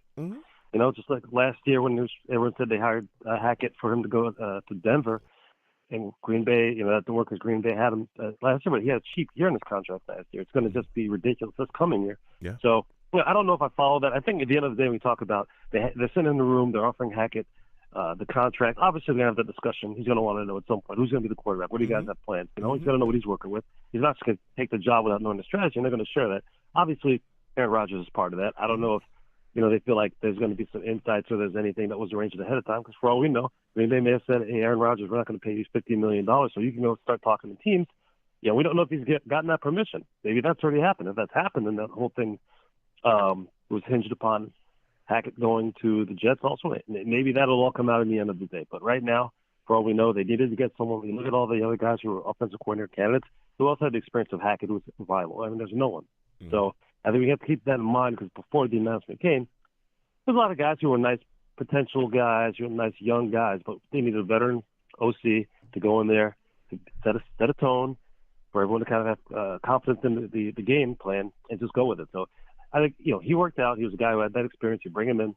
The fact that he has Aaron Rodgers connections, that's great. But I don't think that was something that was it's like if it doesn't work, because what's going to happen next. If the Jets are going to go ahead and they're going to get Derek Carr, and the Jets fans are going to go up like, oh, where do we get this? Why do we get Hackett? And they're going to be all confused because conspiracy theory got blown up. But it's like,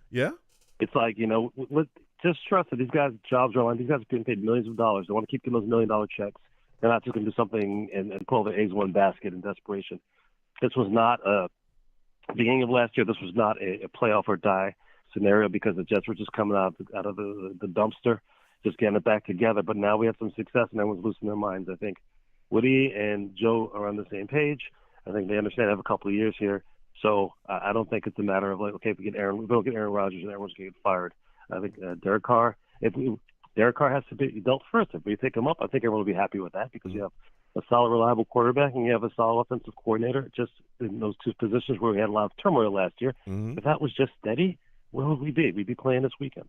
So I think ownership and management understands that. The fan base is crazy. We all know that. It's New York. I love my people, but we're a little nuts.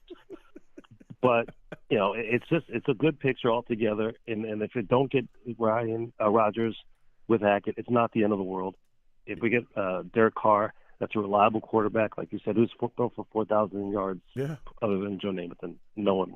So it's like we got to look and see what we have. We'll see what happens in the next couple of weeks. It's only a couple of weeks away, and I'll be looking forward to talking to you when the whole Derek Carr news drops because they have to get rid of him at some point soon. That's a fact. Now, before I let you go, quick question.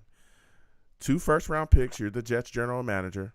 The Packers say, hey, give us 2 first-round picks. We'll give you Aaron Rodgers. Are you doing it? Yeah, of course. Okay. These people, I don't know what they think. If you have these 2 picks, it's one this year, one next year, right? Okay. Yeah. Okay. What's the rookie this year going to do for you? Is that guy going to take it to the playoffs? I don't think so. And then after that, you got another rookie with no quarterback. Okay, we're going to have Strevler out there with your 2 first-round picks. That's not going to do anything for you. Okay. So, obviously, the ideal situation is to get, as low as possible. And Joe is a horse trader. We know that. He's a legendary horse trader. He understands that Green Bay, if they don't trade him, they got paid $15 million and they have no cap space. They can't do anything else. He knows they don't want to do that. Yeah. He understands also that they want to keep Aaron Rodgers out of the NFC, so that limits the number of teams. So he understands the situation. He understands that who else is really going to go and pay $50 million and make a deal for him for the first for 2 ones. So I wouldn't be surprised if just go ahead and get Derek Carr anyway. But I'm not sure. There's a lot of things going on with Derek Carr. He has a lot of other options. Maybe he'll have to stay. The certain teams he has. But at the end of the day, I think, 2 firsts is not too much. And Joe's probably going to be able to deal with the first this year and the conditional.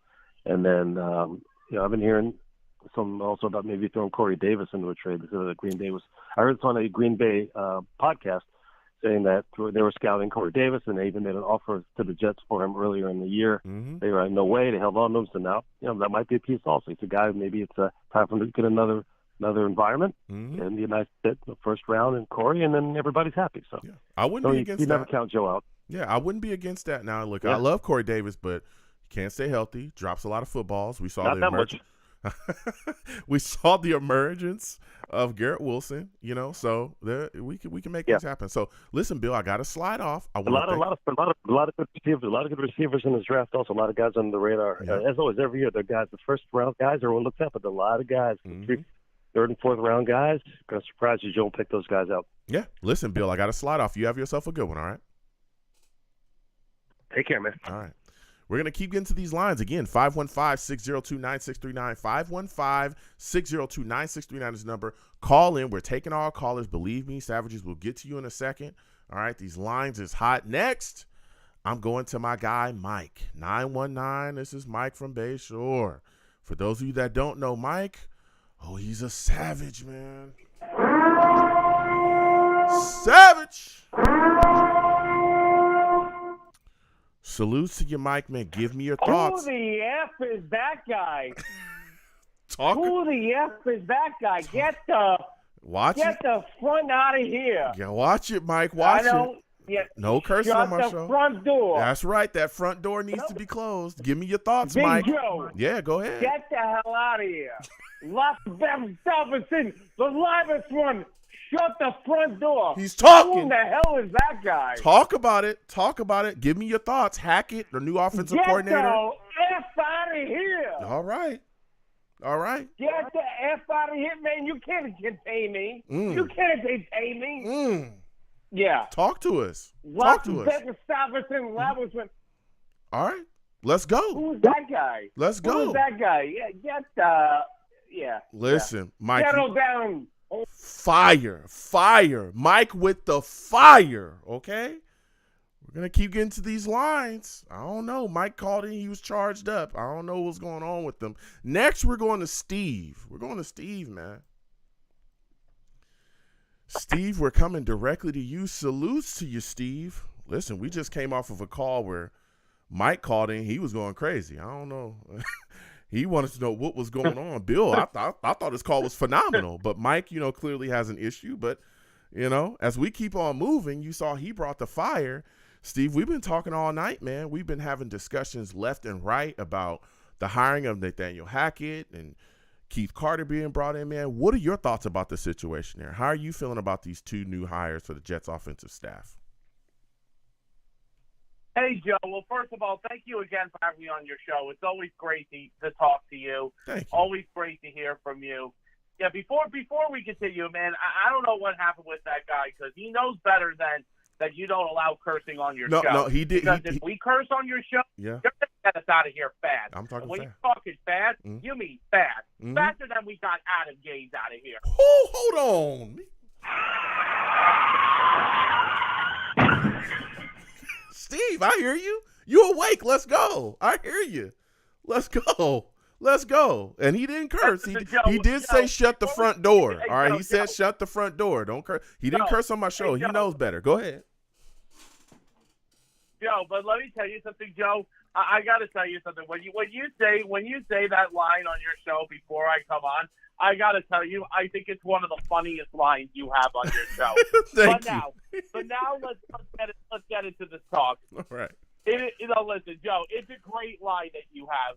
Thank but you. now let's get into this. So listen. So we hired Nathaniel Hackett yesterday. Yeah. It was around past 10 o'clock Eastern time was when we got him. 10 a.m. Eastern time on the East Coast where I am. Let me tell you something, Joe. I was very happy with the hire of Nathaniel Hackett. I'm going to explain why. He's a well-experienced offensive coordinator. You made a lot of good points. He worked in Jacksonville, was very successful there. He also worked in Green Bay, which he was very successful. Back in the old days, his father was the offensive coordinator, even though I wasn't really a Jets fan at the time yet. But I remember the years. I think when he was with the Jets, he always got the Jets a good offense. I'm talking about Nathaniel Hackett's father. Yeah. But I was even more impressed too with the fact that Robert Saleh hired a guy who he also knows the guy we got from Tennessee. I'm trying to remember his name. Say the name one more time, please. Keith Carter. Yeah, Keith Carter. Thank you. So no, and the thing is, Keith Carter is a well-experienced. No, and listen, this is something that the Jets need as an offensive staff for a very, very long time. Mm-hmm. When we would hire an offensive coordinator, we would either hire someone that was mediocre or not good, or someone who just was given the job for the very first time. No. We need an experienced offensive coordinator. That is something that this team needs, and it's something that we haven't had in a long time. So, Joe, I'll let you talk. Go ahead. No, yeah. I mean, everything that you talked about, Steve, the offensive coordinator being, a veteran guy that's been able to call plays. Again, there's some people called in tonight, said that he's never called plays before. He didn't call plays in Green Bay, which is not true. He actually shared play calling responsibilities there. He did call some plays as well there in Green Bay. We saw him be an offensive coordinator again with the Jags as well. We saw him, offense helmed by Blake Bortles. We saw him have success with Blake Bortles at the helm of his offense, which is crazy because Blake Bortles is really bad. So when you look at what his system is able to do and what we want to do, right, he still runs kind of a Shanahan-y type offense where it's heavy on the run game. It's all about allowing your quarterback to do as little as possible and getting the ball out of his hands quick, timing, rhythm, stuff like that. So it's like we're kind of running a lot of the same stuff that we would be running, even if LaFleur was here, right? Even though we've moved on from him and he's gone now, he's with the Rams. So I like this fit. I like what he brings to the table. And one of the bigger things that I talked about tonight as well, we're talking about, other quarterbacks, mainly Aaron Rodgers, because that's just circulating right now. But I think a lot of people are forgetting about Zach Wilson, okay? Forgetting about Zach Wilson, right? And this is a guy that can help Zach Wilson because we've seen him help Blake Bortles. We've seen him be able to get the best out of very limited quarterbacks. So when you look at that situation, that's something I think that is big. The big red, lights that are going on and off, the big red lights that are flashing for me is here's a guy that's going to come in and possibly be able to fix a guy that everybody pretty much thinks is a bust. All right. He might be able to come in here and repair Zach Wilson and allow us to go forward. Again, we'll see what happens with the veteran quarterback search this season. But at some point, the Jets have said that they want to see what they can get out of Zach Wilson. What can be his best, right? He might be the guy to unlock Zach Wilson's potential. And that, for me, is the most attractive thing from him being hired here as well. What are your thoughts on that, Steve? Yeah, no, because, Joe, here's the thing. I'm going to say something right now because I know you've been asking everybody on the call tonight. Let me tell you something, Joe. I am in for it to get Aaron Rodgers. If I got to trade 2 first-round picks, the 2023, the 2024 first-round picks to get Aaron Rodgers, I would do it. Okay. Let me explain to you why. The thing is about getting Rodgers or even Derek Carr, or even Tannehill or Lamar Jackson. I mean, I know the Lamar Jackson thing is probably not going to happen now, but the thing is, Joe, if we would get a veteran quarterback in like Aaron Rodgers, and Zach Wilson, I remember said growing up, he watched Aaron Rodgers play. Yeah. And Aaron Rodgers inspired him to be a quarterback. That's a fact. And that was, I remember, one of the first things that Zach Wilson said when he was first drafted by the Jets. He said that growing up, Aaron Rodgers, Tom Brady were my 2 quarterbacks growing up. I mean, mostly Aaron Rodgers. But I think if Aaron Rodgers would come in, and let's just say if Zach Wilson has to be a backup quarterback for the next couple of years, and then let's say Aaron Rodgers goes on to retire, and if things continue to work very successful here with Nathaniel Hackett here, Wilson can grow and mature and learn in that offensive type of system, and then Wilson can still be our quarterback for the future. Now, listen, we got to see what happens, though. And one caller earlier made a good point. If we make this trade for Aaron Rodgers right before free agency, Joe, people are going to want to come and play for the Jets. Absolutely. I absolutely agree. Whoever was that caller that said that, I absolutely agree with him. And the thing is also, too, is I know a lot of Jets fans are saying, well, I'm not so sure if we should trade Rodgers because, we want to try to get some picks to help out with this team. I mean, listen, yes, there are some holes that still have to be filled with this team. I do understand that, but you can address that in free agency. And then remember, teams have drafted very, very well in late round picks. Look at what we did this past year in 2022. When we got Michael Clemens with the 4th round, Max Mitchell has a chance to be a potential great offensive lineman for us. Joe, that's what I just have to say right now. So, Joe, I'll let you continue talking. Go ahead. No, yeah. I mean, everything that you're bringing to the table is fire, Steve. I hear you're speaking facts. And again, I'm talking to people constantly and going back and forth at everyone, and they're going, oh, well, we have needs here. We have needs there. Our defense needs linebackers, and we need safeties. And it's like, look, I hear that, right? But here's the deal. C.J. Mosley's still playing at a high level. He's a Pro Bowl linebacker this year. We got guys that are all pros. We got, which again, Sauce is a finalist for Rookie of the Year defensively, and Garrett Wilson is a finalist for Rookie of the Year offensively. We got guys on our football team that are out of this world.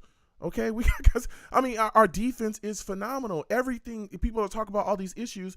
We have the 4th overall ranked defense. We played all these teams that we played every single game. We're in the games. All of them, even top offenses, we were shutting down this year with these guys. The issue was offense. What I don't understand, and it's not like I'm saying, hey, trade away 5 first-round picks. No, 2 first-rounders is not going to kill you. You have the rest of your drafts.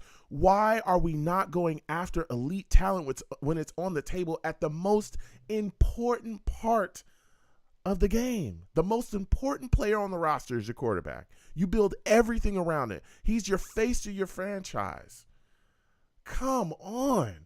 When are we going to stop like bargain basement shopping and get the guy that's going to take us to the next level? I had a caller tonight, and you heard as well, Brick City, I believe it was, other guys saying that Brick City said himself, if the Jets had Aaron Rodgers this year, he thinks we'd be in the Super Bowl. 2 first-round picks? We haven't won a Super Bowl since the 60s? 2 first-round picks you think can assure me a Super Bowl berth? I'm doing it. I'm doing it. It's not like we're on the edge of the cliff. No, we've got young guys that we can go forward with. This is year 3. Now coming up, we need to take that next step. And if Aaron Rodgers is there on the table for 2 first-round picks, Steve, I'm doing it immediately. I don't understand how you don't do that. You got the rest of your drafts. You can do everything else. I do it immediately as well. I don't get it.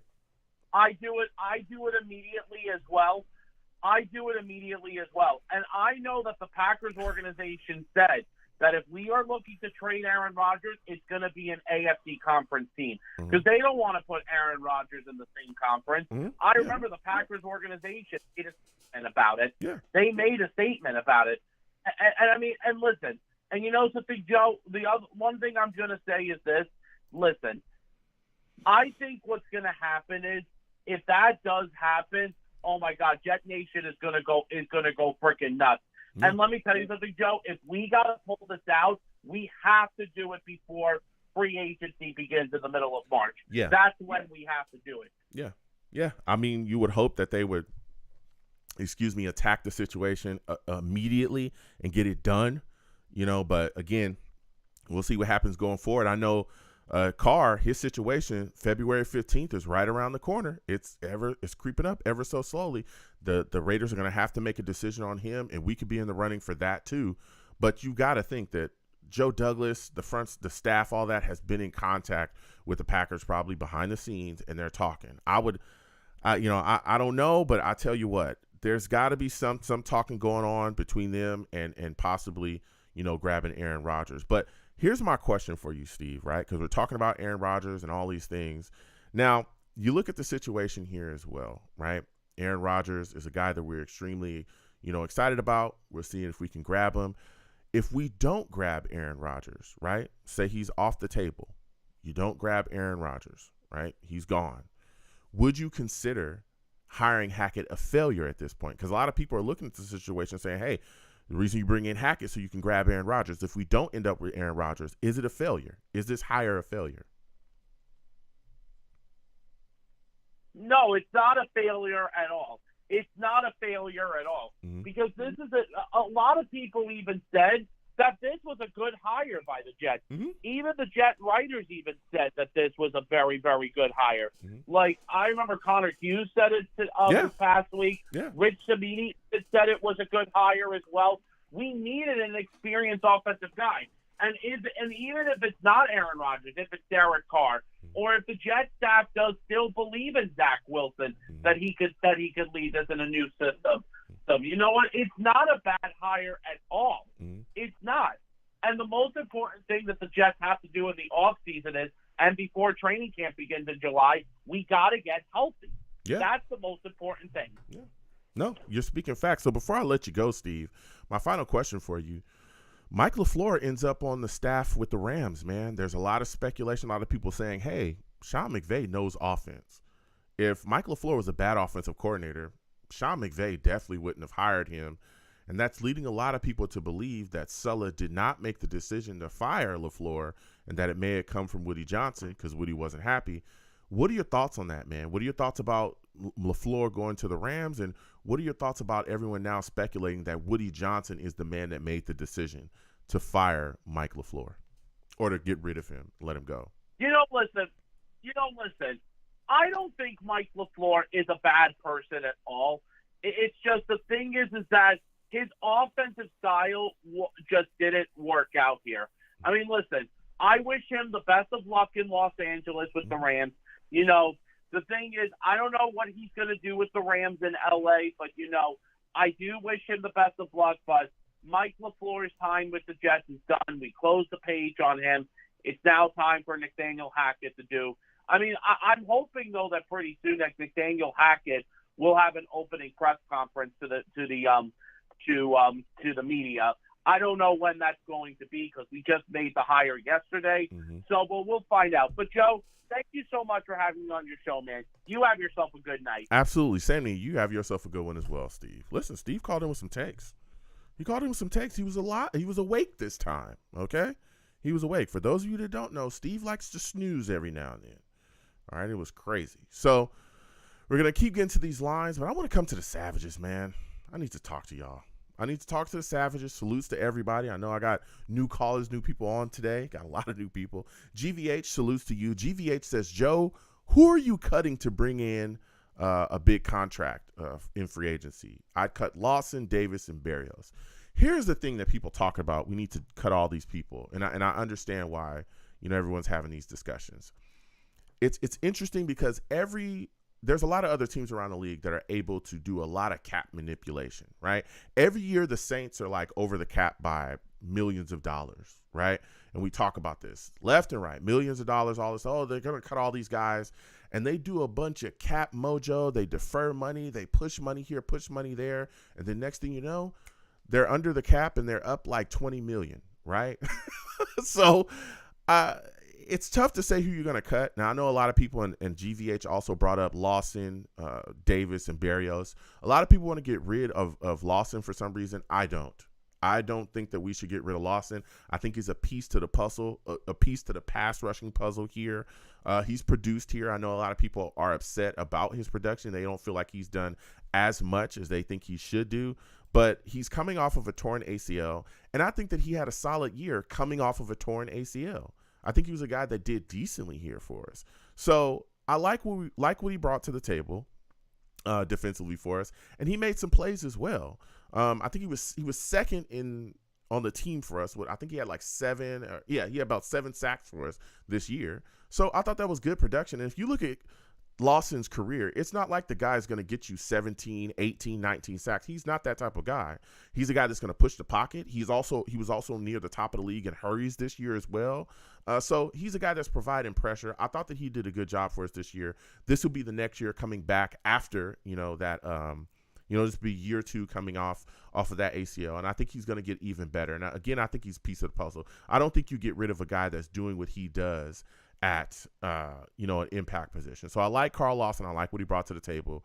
Him, Quinnen Williams have really made a big impact this year for us. And again, we're forgetting the coming around of Jermaine Johnson, who's a guy I expect to take a next step as well. So I wouldn't want to cut Carl Lawson. I'm not in the camp for that. Now there's a lot of talk about Corey Davis being released as well and allowing the Jets to get back some money as well. But when you look at the situation with Corey Davis, he's often injured. He does drop footballs, right? But I think he's only making $11 million this year. You look at the free agent market, we all know how high that can go up. Are you getting a guy of his caliber, with $11 million? Probably not. This coming off season, you're probably not going to get that. So Corey Davis is a guy that I could look at and possibly say, yeah, he's a guy that I would look at, especially with Garrett Wilson stepping up. And then you got Elijah Moore, who under Hackett should get the ball more. We'll see what happens going forward with Denzel Mims. He was a guy that requested a trade as well in the past. We'll see if he still wants to be on the team at some point. Maybe Hackett can utilize him better within the scheme. And also the evolution of our tight end position under Hackett should step up too. So we should see C.J. Uzomah and all those guys as well, get the ball too. So Corey Davis is a guy I could see being a potential guy that could cut out of these guys. And Berrios could be a guy that I could see being cut as well. But guys like C.J. Mosley going to restructure as well, more than likely. That's going to bring us some cap money as well. And also that cap is going to go up too. We're going to see what the ceiling is going to be for the cap as well as it goes up. So, very good thoughts there from GVH. Salutes to J.E. J.E. says C.J. Mosley being an all-pro is a joke. He's slow as it gets.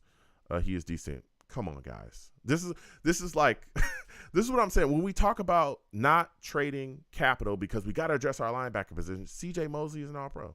C.J. Mosley is a Pro Bowler. Like, come on, guys. He's playing very well. He looks unbelievably good for us. He's a team leader this year, and we saw him make play after play after play. So we're going to have to make some cuts, and there's guys that are going to be let go. But, again, there's a lot of ways that you can manipulate the cap in this league. We see guys do it constantly, okay? and we see them be able to get under the cap. And I think the New York Jets can do exactly the same. Hawkeye salutes. Hawkeye says, just because Green Bay wants 2 first-round picks doesn't mean anybody will give it because Rodgers already has a huge contract. I'd offer a second. Packers are at home watching the playoffs this year. That is true. The Packers are at home. But here's the deal. When you have a commodity, right, when you have something that has the value of an Aaron Rodgers, there are going to be teams come a-calling, right? Let's look at this situation. Let's look at the situation with Deshaun Watson, okay? Remember, the Browns made a trade for him, and his future was up in the air at that point. There was people thinking that he would not play ever again in the league, right? The Browns did their due diligence, did whatever they thought, and they still made the move and paid him big-time money. The need for a quarterback, and I'm not, saying anything about the stuff off the field, right? We all know that was a huge hindrance to what was going on with him. But what I'm saying is that quarterback position in this league is so coveted that people will take chance after chance after chance. And when you look at the elite play of Aaron Rodgers still in this league, that he can still get it done even though he's 40, right? If the Packers are saying give us 2 first-round picks, there are teams out there that are QB hungry that will do it. One of those teams could be the Raiders. They're getting rid of Carr. They're going to need somebody to come in there and really, help them move forward. Even if he gives them 2 to 3 years, it'll allow them to coach up a young quarterback behind him to hold the fort when he's gone and continue forward. They could be the Raiders. There's other teams out there as well. Titans, I think have been mentioned as well. So there's teams out there that could absolutely go and grab Aaron Rodgers and give up 2 first-round picks. Low-balling teams for that type of capital is huge. Now, do I want to, if I don't have to give up 2 first-round picks, yeah, I'm not going to do it. But from everything that we're hearing, the Packers are looking for 2 first-rounders. I watched Matthew Stafford, a guy that's a good quarterback, but when he was traded, to the Rams, he was nowhere near accomplished as Aaron Rodgers, right? Aaron Rodgers, you've seen win Super Bowls, you've seen and Matthew Stafford is phenomenal, but Aaron Rodgers is above him on the tier of quarterbacks, and we saw him get 2 first-round picks. They gave up Goff, they gave up other stuff as well and they got Goff back. They gave up 2 first-round picks and sent him to the Rams. So here we are, right? Here we are. So yeah, you want to make you want to make trades. You want to grab quarterbacks in this league, okay? Quarterbacks are coveted here. They're coveted, and we see it every single year. Why do you think these guys make so much money? All right? And I understand people are talking about where he makes a ton of money. That's how it works in this league. I'm sorry. And I know that we don't necessarily know that because we haven't had a quarterback that we coveted like that in a long time. The last guy we gave a big contract to that we thought was going to be our guy was Chad Pennington. Look how long ago that was. Everybody else is getting paid now. Everybody else that finds a quarterback keeps them. Even a guy like Ryan Tannehill, right? Ryan Tannehill at one point was thought of as a complete bust in his career. People were like, he's done, he's trash, he's not going to get it done, whatever. They threw him away. And then guess what? He goes to Tennessee, revitalizes his career. And what did they do? They signed him at a point and grabbed him up and made him a franchise quarterback. And they paid him. They paid him good money, big money, to come in there and be a quarterback. Quarterback is coveted here. And we know more than anyone else. If you do not have a quarterback in this league, you are in trouble. That's what killed us this year. That's what killed us. You can look at every single game the Jets played and say, hey, most of our losses, more than most, you can look at them and go, man, if we had a quarterback, we would have won that game. A lot of people argue that if the Jets had a quarterback, we'd probably be a 13, 14 win team easily, right? But we're not because we're struggling at quarterback. And if all it takes is 2 first-round picks to get me an elite guy for 2, maybe 3 years, as I figure out what in the world I have in Zach Wilson, if he's going to be the guy or not, I'm going to do it. I do it.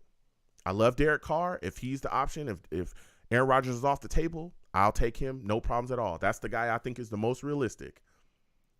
But if somehow the Jets can acquire Aaron Rodgers and bring him in with everything that we've seen from him, I'm getting it done.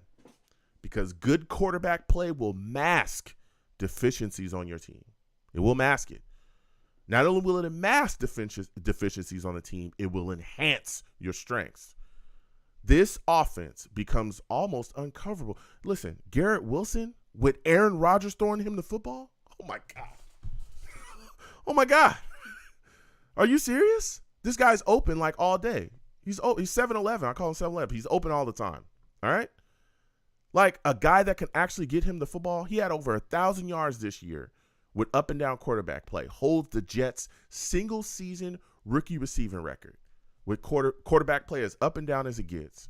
Can you imagine what he could do if Aaron Rodgers is his quarterback? Elijah Moore, all the things we talk about with him. Elijah Moore was drafted. I didn't say it. Other people did. He was the best player the New York Jets, best wide receiver the New York Jets had ever drafted in franchise history. That's what people said. You think I'm lying? Go look it up. Look at how much he struggled because of the quarterback play. Look at how much he struggled. Right? Aaron Rodgers come here, unlocks that potential. Whoa. Now we're cooking with gas. Now you got Uzama going off. Now you got Conklin going off. Now you got the running game opening up because you can't stack the box all day like you can do with Zach Wilson. Come on, man. Get with it. 2 first-round picks for that? I'm doing it all day. All day. And my defense, again, you can continue to add. You still have rounds 2 through 7. You can still add pieces and free agents as well. I'm making it happen. But that's just me. We'll continue to cover these topics along as well. All right. People still talking about, Hackett and his shared play calling as well. J.E. talking about shared play calling. Yes, he shared play calling with the Packers. But again, he called plays. He also called plays as well in Jacksonville. He was the offensive coordinator. They put things together there. I know a lot of people want to bash the Hackett signing, but the Hackett hire, but I'm not against it at all. I think he can come here and do a solid job. So, this was a hot show, guys. I'm going to start to close the show down here. Man, we got new callers. We got a lot of people calling in. Fire takes left and right. So I'm going to go ahead and shut it down. Listen, I'm the man of the people. I'm here for the people. Let me shamelessly promote my Facebook page. Everyone go on Facebook, search The Long Beach Joe Show. Like that page. My content's up there. Go ahead and give it a listen. Message me. I'll message you right back. I love going back and forth with you folks about this football team. Also, leave me some feedback. I love hearing about what you folks think I do here on The Long Beach Joe Show. I'm also on Twitter as well. All right, go on over to Twitter. Type in @The Long Beach Joe. @The Long Beach Joe. All right. Go ahead and follow me. I'll follow you right back. You want to troll me? No issues. I'm the troll that lives under the bridge, and I will have my Vera Tucker jersey on at all times. At all times, man. Elijah Vera Tucker is a really good guard. I was thinking about that today. How I cannot wait to see him come back and dominate people on that right side. All right? Or maybe the left side. Or maybe at left tackle. Or maybe at right tackle. Only thing we haven't seen him do is play center, and I'm pretty sure he could do that. Okay? Listen, if you want quality offensive linemen, go to USC and just pick one. It doesn't matter. Okay? That's what we do there. We produce quality players at USC. Okay? Fight on. That's all I'm saying. All right? You can also follow my personal Twitter as well, @YoungJ000, @YoungJ000. All right. I am also, as y'all see, on YouTube as well for those of you that listen. Okay. Slide on over to YouTube. Okay. Long Beach Joe Jets on YouTube. Hit that subscription button if you haven't. Hit that like button as well. All right. Again, subscribe if you have not subscribed, and hit that notification bell so when I post content, you folks will be in the know. If you want to troll me, hit those comments. Troll me and I'll go back and forth. And as always, people, when you see me in person, it is arms out, chest open, free hugs for everyone. Free hugs for everyone. The hugs will cost you absolutely nothing. I want to thank you folks for listening. I want to thank you folks for calling in. I want to thank you folks for interacting with the boy any way that you did. All right. So with all that said, you folks have a good one. Peace. 1 second, folks.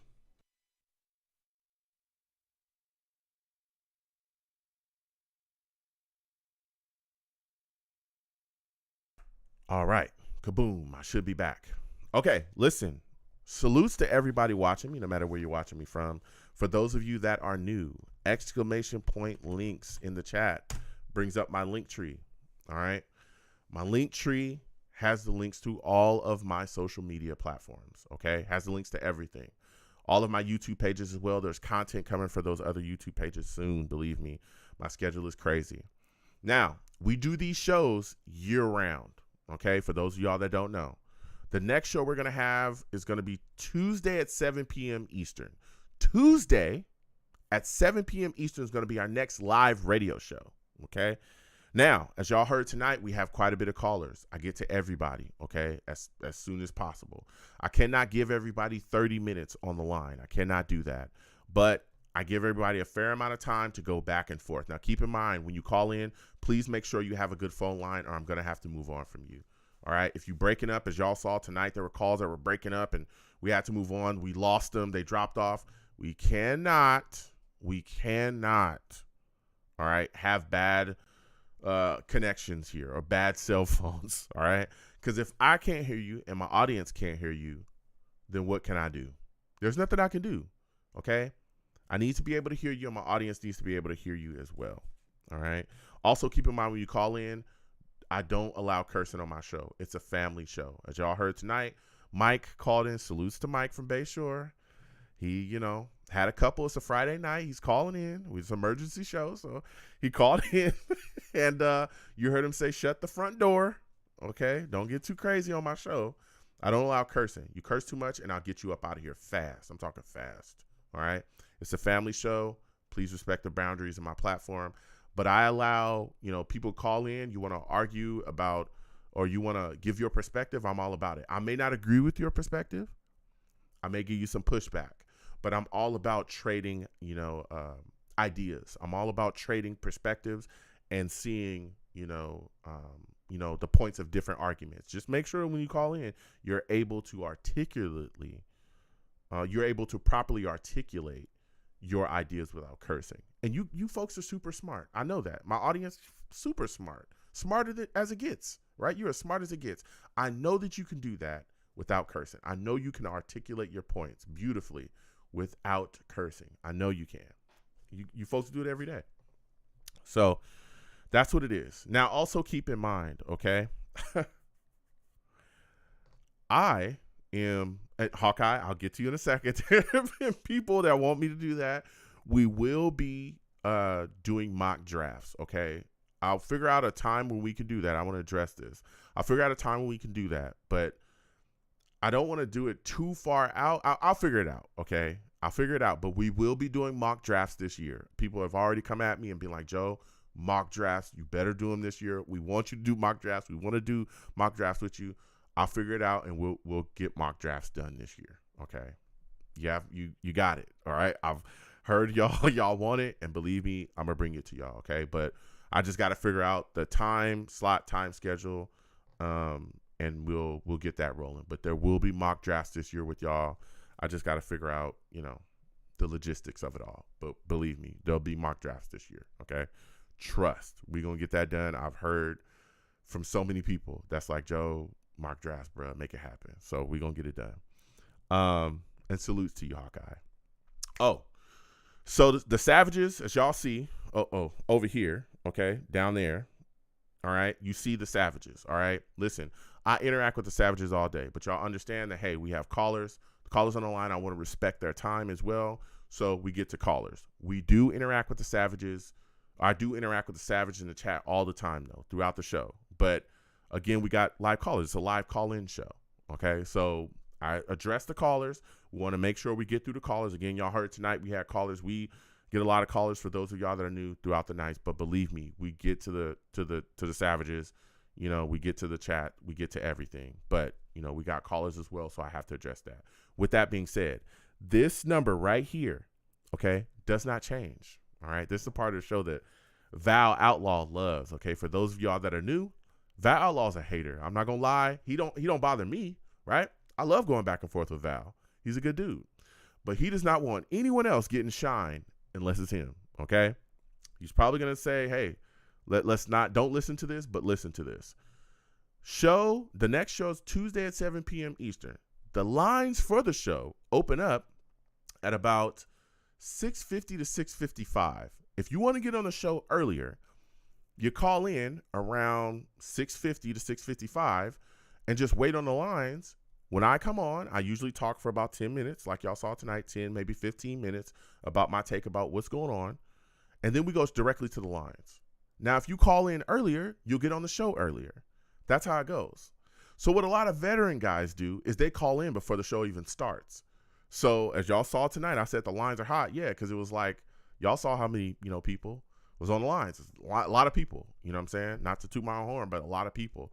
I love interacting with people. So that's how a lot of people get on the show very early. You see Val. Y'all see Val. Look at the comment. Y'all see Val and what he just put in there. You want to know why? Because that's what Val do. That's what Val do. Now, with that being said, okay, I do not show any preferential treatment on this show to anyone, all right? I don't care if you've been a Jet fan for 30 years or 30 minutes. If you call in and wait your time, because I have a queue system, okay? I can see you. When you call in, I can see that you're calling in. Believe me. So if you wait on the lines, my wait times are not long at all. Again, I give you, 8 to 10 minutes to give your takes, all right? So when you call in, if you're patient, believe me, if you're patient, you will get on soon. When you do call in, okay, because I don't show preferential treatment and I go down my queue, if I do not know your name, okay, I'll call out your area code. Please know what your area code is. If you don't know what your area code is, because I've had this discussion with someone before that was like, Joe, well, you didn't say my name because I didn't know you. You were a newer caller. I called your area code. And they said, oh, I said, do you know what your area code is? They said, no. I said, okay, well, figure out what your area code is, and then we'll come back. And you can always come back and call in. But I'm going to say your area code, know what your area code is, and then, hey, we'll have you come right on. All right? So that's how it works here. And also, no crazy background noises as well. If you have me on your TV or whatever, please mute me. There's people that watch me. I love that. Thank you for putting me on your TV or however you watch me, from your phone, whatever. But put me on mute so there's no crazy background noise, right? Because I need to be able to hear you. I don't want to echo. My audience doesn't want the echo. We need to be able to hear you. Make sure that there's no crazy background noise or I'm going to have to move on from you, all right? Also, keep in mind, this show is about the Jets. Y'all see this, we bleed green here. But there are people that call in that are not Jets fans that want to talk about the team, and I welcome that. If you're watching me and you're not a Jets fan, you're a Bears fan. We've had Falcons fans. We've had multiple fans from different fan bases. Patriots fans even call in and talk about the team. I allow that. Some people even call in to bash the Jets. I hear you out, but not too much though. Not too much. All right, slow that down. Okay. So we have a lot of fun doing that, and I definitely interact with the Savages when I can. But again, we got a bunch of callers on the line. I will get to y'all. But y'all go back and forth with everybody in the chat as well and interact. And again, I will get to y'all. But, there's more of you than there is of me. I'm only one man. Okay. But believe me, we'll get to everybody. And this is all about, funneling and channeling discussion. That's what I'm all about here, and no cursing. All right. We also do live reactions to the games as well. We're going to be doing live reactions to the playoff games again. Okay. This was Saturday. I think there's one Sunday. I'll let you guys know. Again, follow me across my social media platforms. It's in the description as well. All right. And I'll let you guys know if I'm doing one tomorrow or Sunday. I'll let you guys know for sure. But we do live reactions, so we're going to do that. But during the season, or when the Jets are playing, hopefully they'll be in the playoffs next year, we do live reactions to the games when my schedule allows. Okay. So we watch the game together, and then directly after the game, we have a live radio show. And let me tell you, those shows get hot, especially with some of the losses we took this year. All right. Those are some shows where I had to remind people, don't curse on my show before you call in. All right. Because, the team was taking us there. So, keep that in mind during the season. Come check in with your boy. We have a lot of fun. And we watch the game together, and we, after the game, we go live with like maybe 3-4 minutes, right? Savages, let them know, for those of y'all to be around a lot that are, that have been around. I think it's like 3-4 minutes after the game. We're still live, and we cut the audio up, we get going, and then boom, we right there. So, you know what I'm saying? So we do that, and we have a lot of fun. Also, we game on this channel too, for those of you that are new. So if you come in here and you see me playing Street Fighter or NBA 2K or Madden or Outlast or Resident Evil or whatever, right? We do that too. I know a lot of y'all be like, Joe, we want you to get back to the games. Believe me, I'm going to do that. It's just my schedule is wild. Okay. So, and again, if you follow me across my social media platforms, I let y'all know hours before that I'm doing something and I'm going to do it. Okay. We all know again, if y'all knew the radio shows, they shift days sometimes, so Val called it after game therapy. Yeah, that's what, that's what they call my after game radio shows, after game therapy. So yeah, so I'm all about interacting as well, but y'all got to keep in mind that I'm one man. Okay. I got to get to these callers, but believe me, I see y'all in the chat. If y'all ever see me laughing, it's because I'm laughing at something that y'all are more than likely have said. But I got to focus because, it's a radio show. So, but we do interact with the chat as well. So again, subscribe. If you have not subscribed, hit that notification bell. Y'all see below as well. You'll see the sliding plaque as well. That's letting y'all know all of my YouTube pages, and it's in the link tree as well in the description. So yeah, we have a lot of fun here for those of y'all that are new, and we do a lot of really good stuff here too. So the next show is going to be Tuesday, 7 p.m. Eastern. I'll let y'all know if I'm doing which one of the playoff games that I'm going to do this weekend. We'll discuss that. We're going to do a live game reaction show, so we have a lot of fun. So it's probably going to be tomorrow. I'm going to let y'all know though. All right. So yeah, we game and we have a lot of fun. And again, content is coming for the other YouTube pages. So I'm gonna get on out of here because I got to go. Okay, this was a fire show. I had a lot of fun tonight. So listen, be safe out here, folks. A lot of crazy stuff going on. All right, be safe. Sit down with your friends and your family. Have a good time. Salutes to all the savages in the chat, man.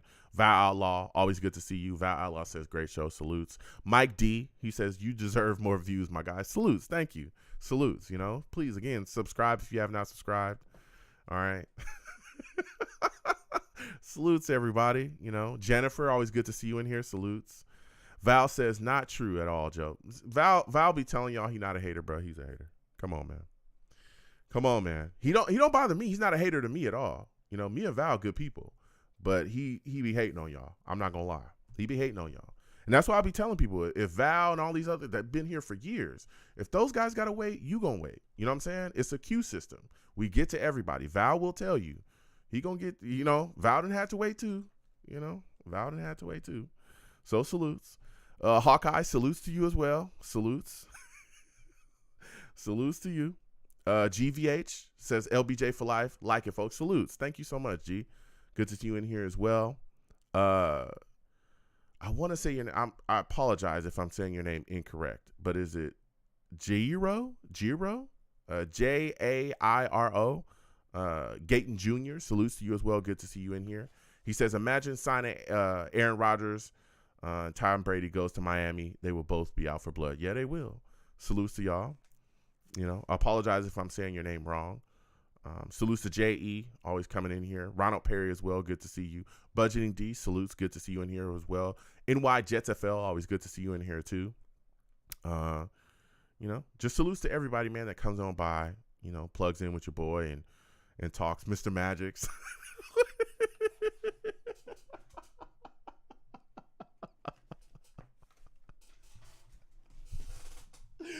Mr. Magic, salutes.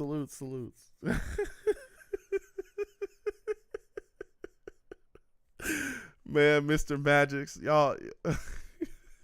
y'all going off about Mike. Listen, Mike's a good guy, man. He's a good guy. It's a Friday night, he call in, he be fired up. He he has his favorite beverages and, he does his thing. So salutes to him.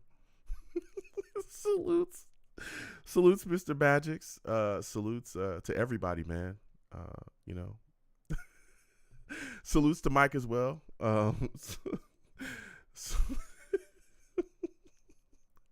People fired up about Mike. Salutes to Mike D. Says, Joe, keep doing your thing, my guy. Salutes. Oh my goodness. Y'all be having me crack it up. Salutes to Rager HP. Salutes to you. Good to see you in here. Salutes to Ant as well. Ant Jets, always good to see you in here too. Kev, always good to see you in here as well. As I said, Kev, I interact with everybody when I can. It's a call-in show. You know what I'm saying? We got a lot of fire going on. So salutes to everybody. Salutes to everybody, man, that called in. Again, J.E., everybody that stopped on by, Captain K, Venom G's, always good to see you in here. Salutes to everybody, man. Jason Zayas, salutes to you as well. Jason Zayas says, fire show. Congratulations on Green Bean's opportunity. I don't know, let me know what the opportunity is. That's again, speaking of, okay, so there's a lot of Jets content creators, right? I want to make this clear. I've said this before 1,000 times to my audience has been in here, but any Jets content creator that wants to collab with me, it's very easy to do that. Again, I'll put my link tree down here, right? That's my link tree. Okay. If you hit up my link tree, it has Long Beach Joe. It has all of the ways you can contact me, whether it be my social media, my business email, or anything. Hit me up on social media, Twitter, whatever, Twitter, Instagram, whatever my social media is, and say, hey, Joe, I want to work with you. Or, hey, Joe, I want to do content with you. Dude, I'll figure out my schedule because my schedule is wild. But if I have a little bit of time, yeah, dude, I will do content with any Jets content creator as long as as long as your content ain't wild, okay? If you wild, I can't, the curse, crazy curse and stuff, I can't do all that, right? But if you want to make great content together, I'm all about it. Any Jets content creator, hit me up. I make it very easy, all right? And you can speak to anybody. I've done content with any Jets content creator. I love talking about the football team, and I love engaging with people. So that's what I'm all about. So unless your content is way, just, it's crazy, okay? That's the only reason, and I'm very honest, But look, I'm all about making content, especially any Jets content creators, okay? I'm all about that. So, Green Bean's opportunity, hopefully, I'll figure it out. You let me know. But again, I want to collaborate with any Jets content creator that wants to collab with me, so I'm all about that. I want to have productive, good discussions and trade ideas. So I have a lot of fun. Y'all crack me up, man. So salutes to Arizona Jet as well. Always good to see new people in here. Salutes to you. So I'm gonna get on up out of here. All right. Because the schedule's wild. Again, salutes to you, Jason. Thank you for the comment. And again, we'll see what's going on. But yeah, so we have a lot of fun, and I'll let y'all know if I'm doing a live reaction tomorrow. I'll let y'all know along my social media. So, it gets wild. But again, excuse me, the live show is Tuesday at 7 p.m. Eastern. That's going to be another live radio show. All right, so be there or be square. All right, so I'm going to get on up out of here.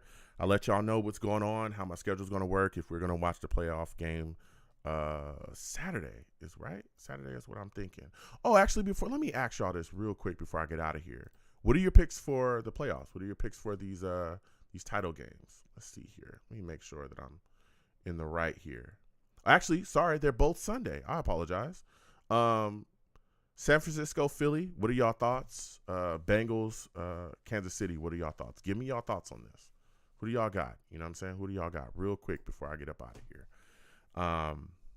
Yeah, so we're having a lot of fun, and we do a lot of fun things over here. Arizona Jet says, what do you think? Carr for us. Salutes to you, Arizona Jet. I like Derek Carr a lot. I think he's the most realistic opportunity here for us. But I tell you what, if Aaron Rodgers is there, make it happen. Pull the trigger for Aaron Rodgers and make him a Jet. But if he's off the table and for whatever reason we can't get him, then you grab Derek Carr, which I think is adequate, more than adequate. He's going to be fine. We just need a top 15 QB and we'll be fine. We'll be fine. All right? We'll be fine. And then we can, take that capital and continue to move forward. So Val says Bengals and Eagles win the Super Bowl. Okay. Oh, Bengals and Eagles in the Super Bowl. Okay. All right. Jennifer says Eagles and Bengals. All right. Arizona Jets says, okay, Eagles and Bengals. All right. Well, I'll let you guys know before Sunday what I'm gonna do. I thought they had games yesterday, or tomorrow, but all right. So I'll let you guys know Sunday what's going on. We'll sit down. We'll watch a game together. We'll have a lot of fun, man. A lot of fun. So again, live radio show Tuesday, 7 p.m. Eastern. Playoff reaction. Coming Sunday. We'll figure things out. So salutes to y'all. I'm gonna get on up out of here. You folks have a good one. All right, and enjoy yourselves. Okay. Also, be safe. Make sure you sit down with your friends and your family. Enjoy those good moments, okay? Eat some good food. Have some good times.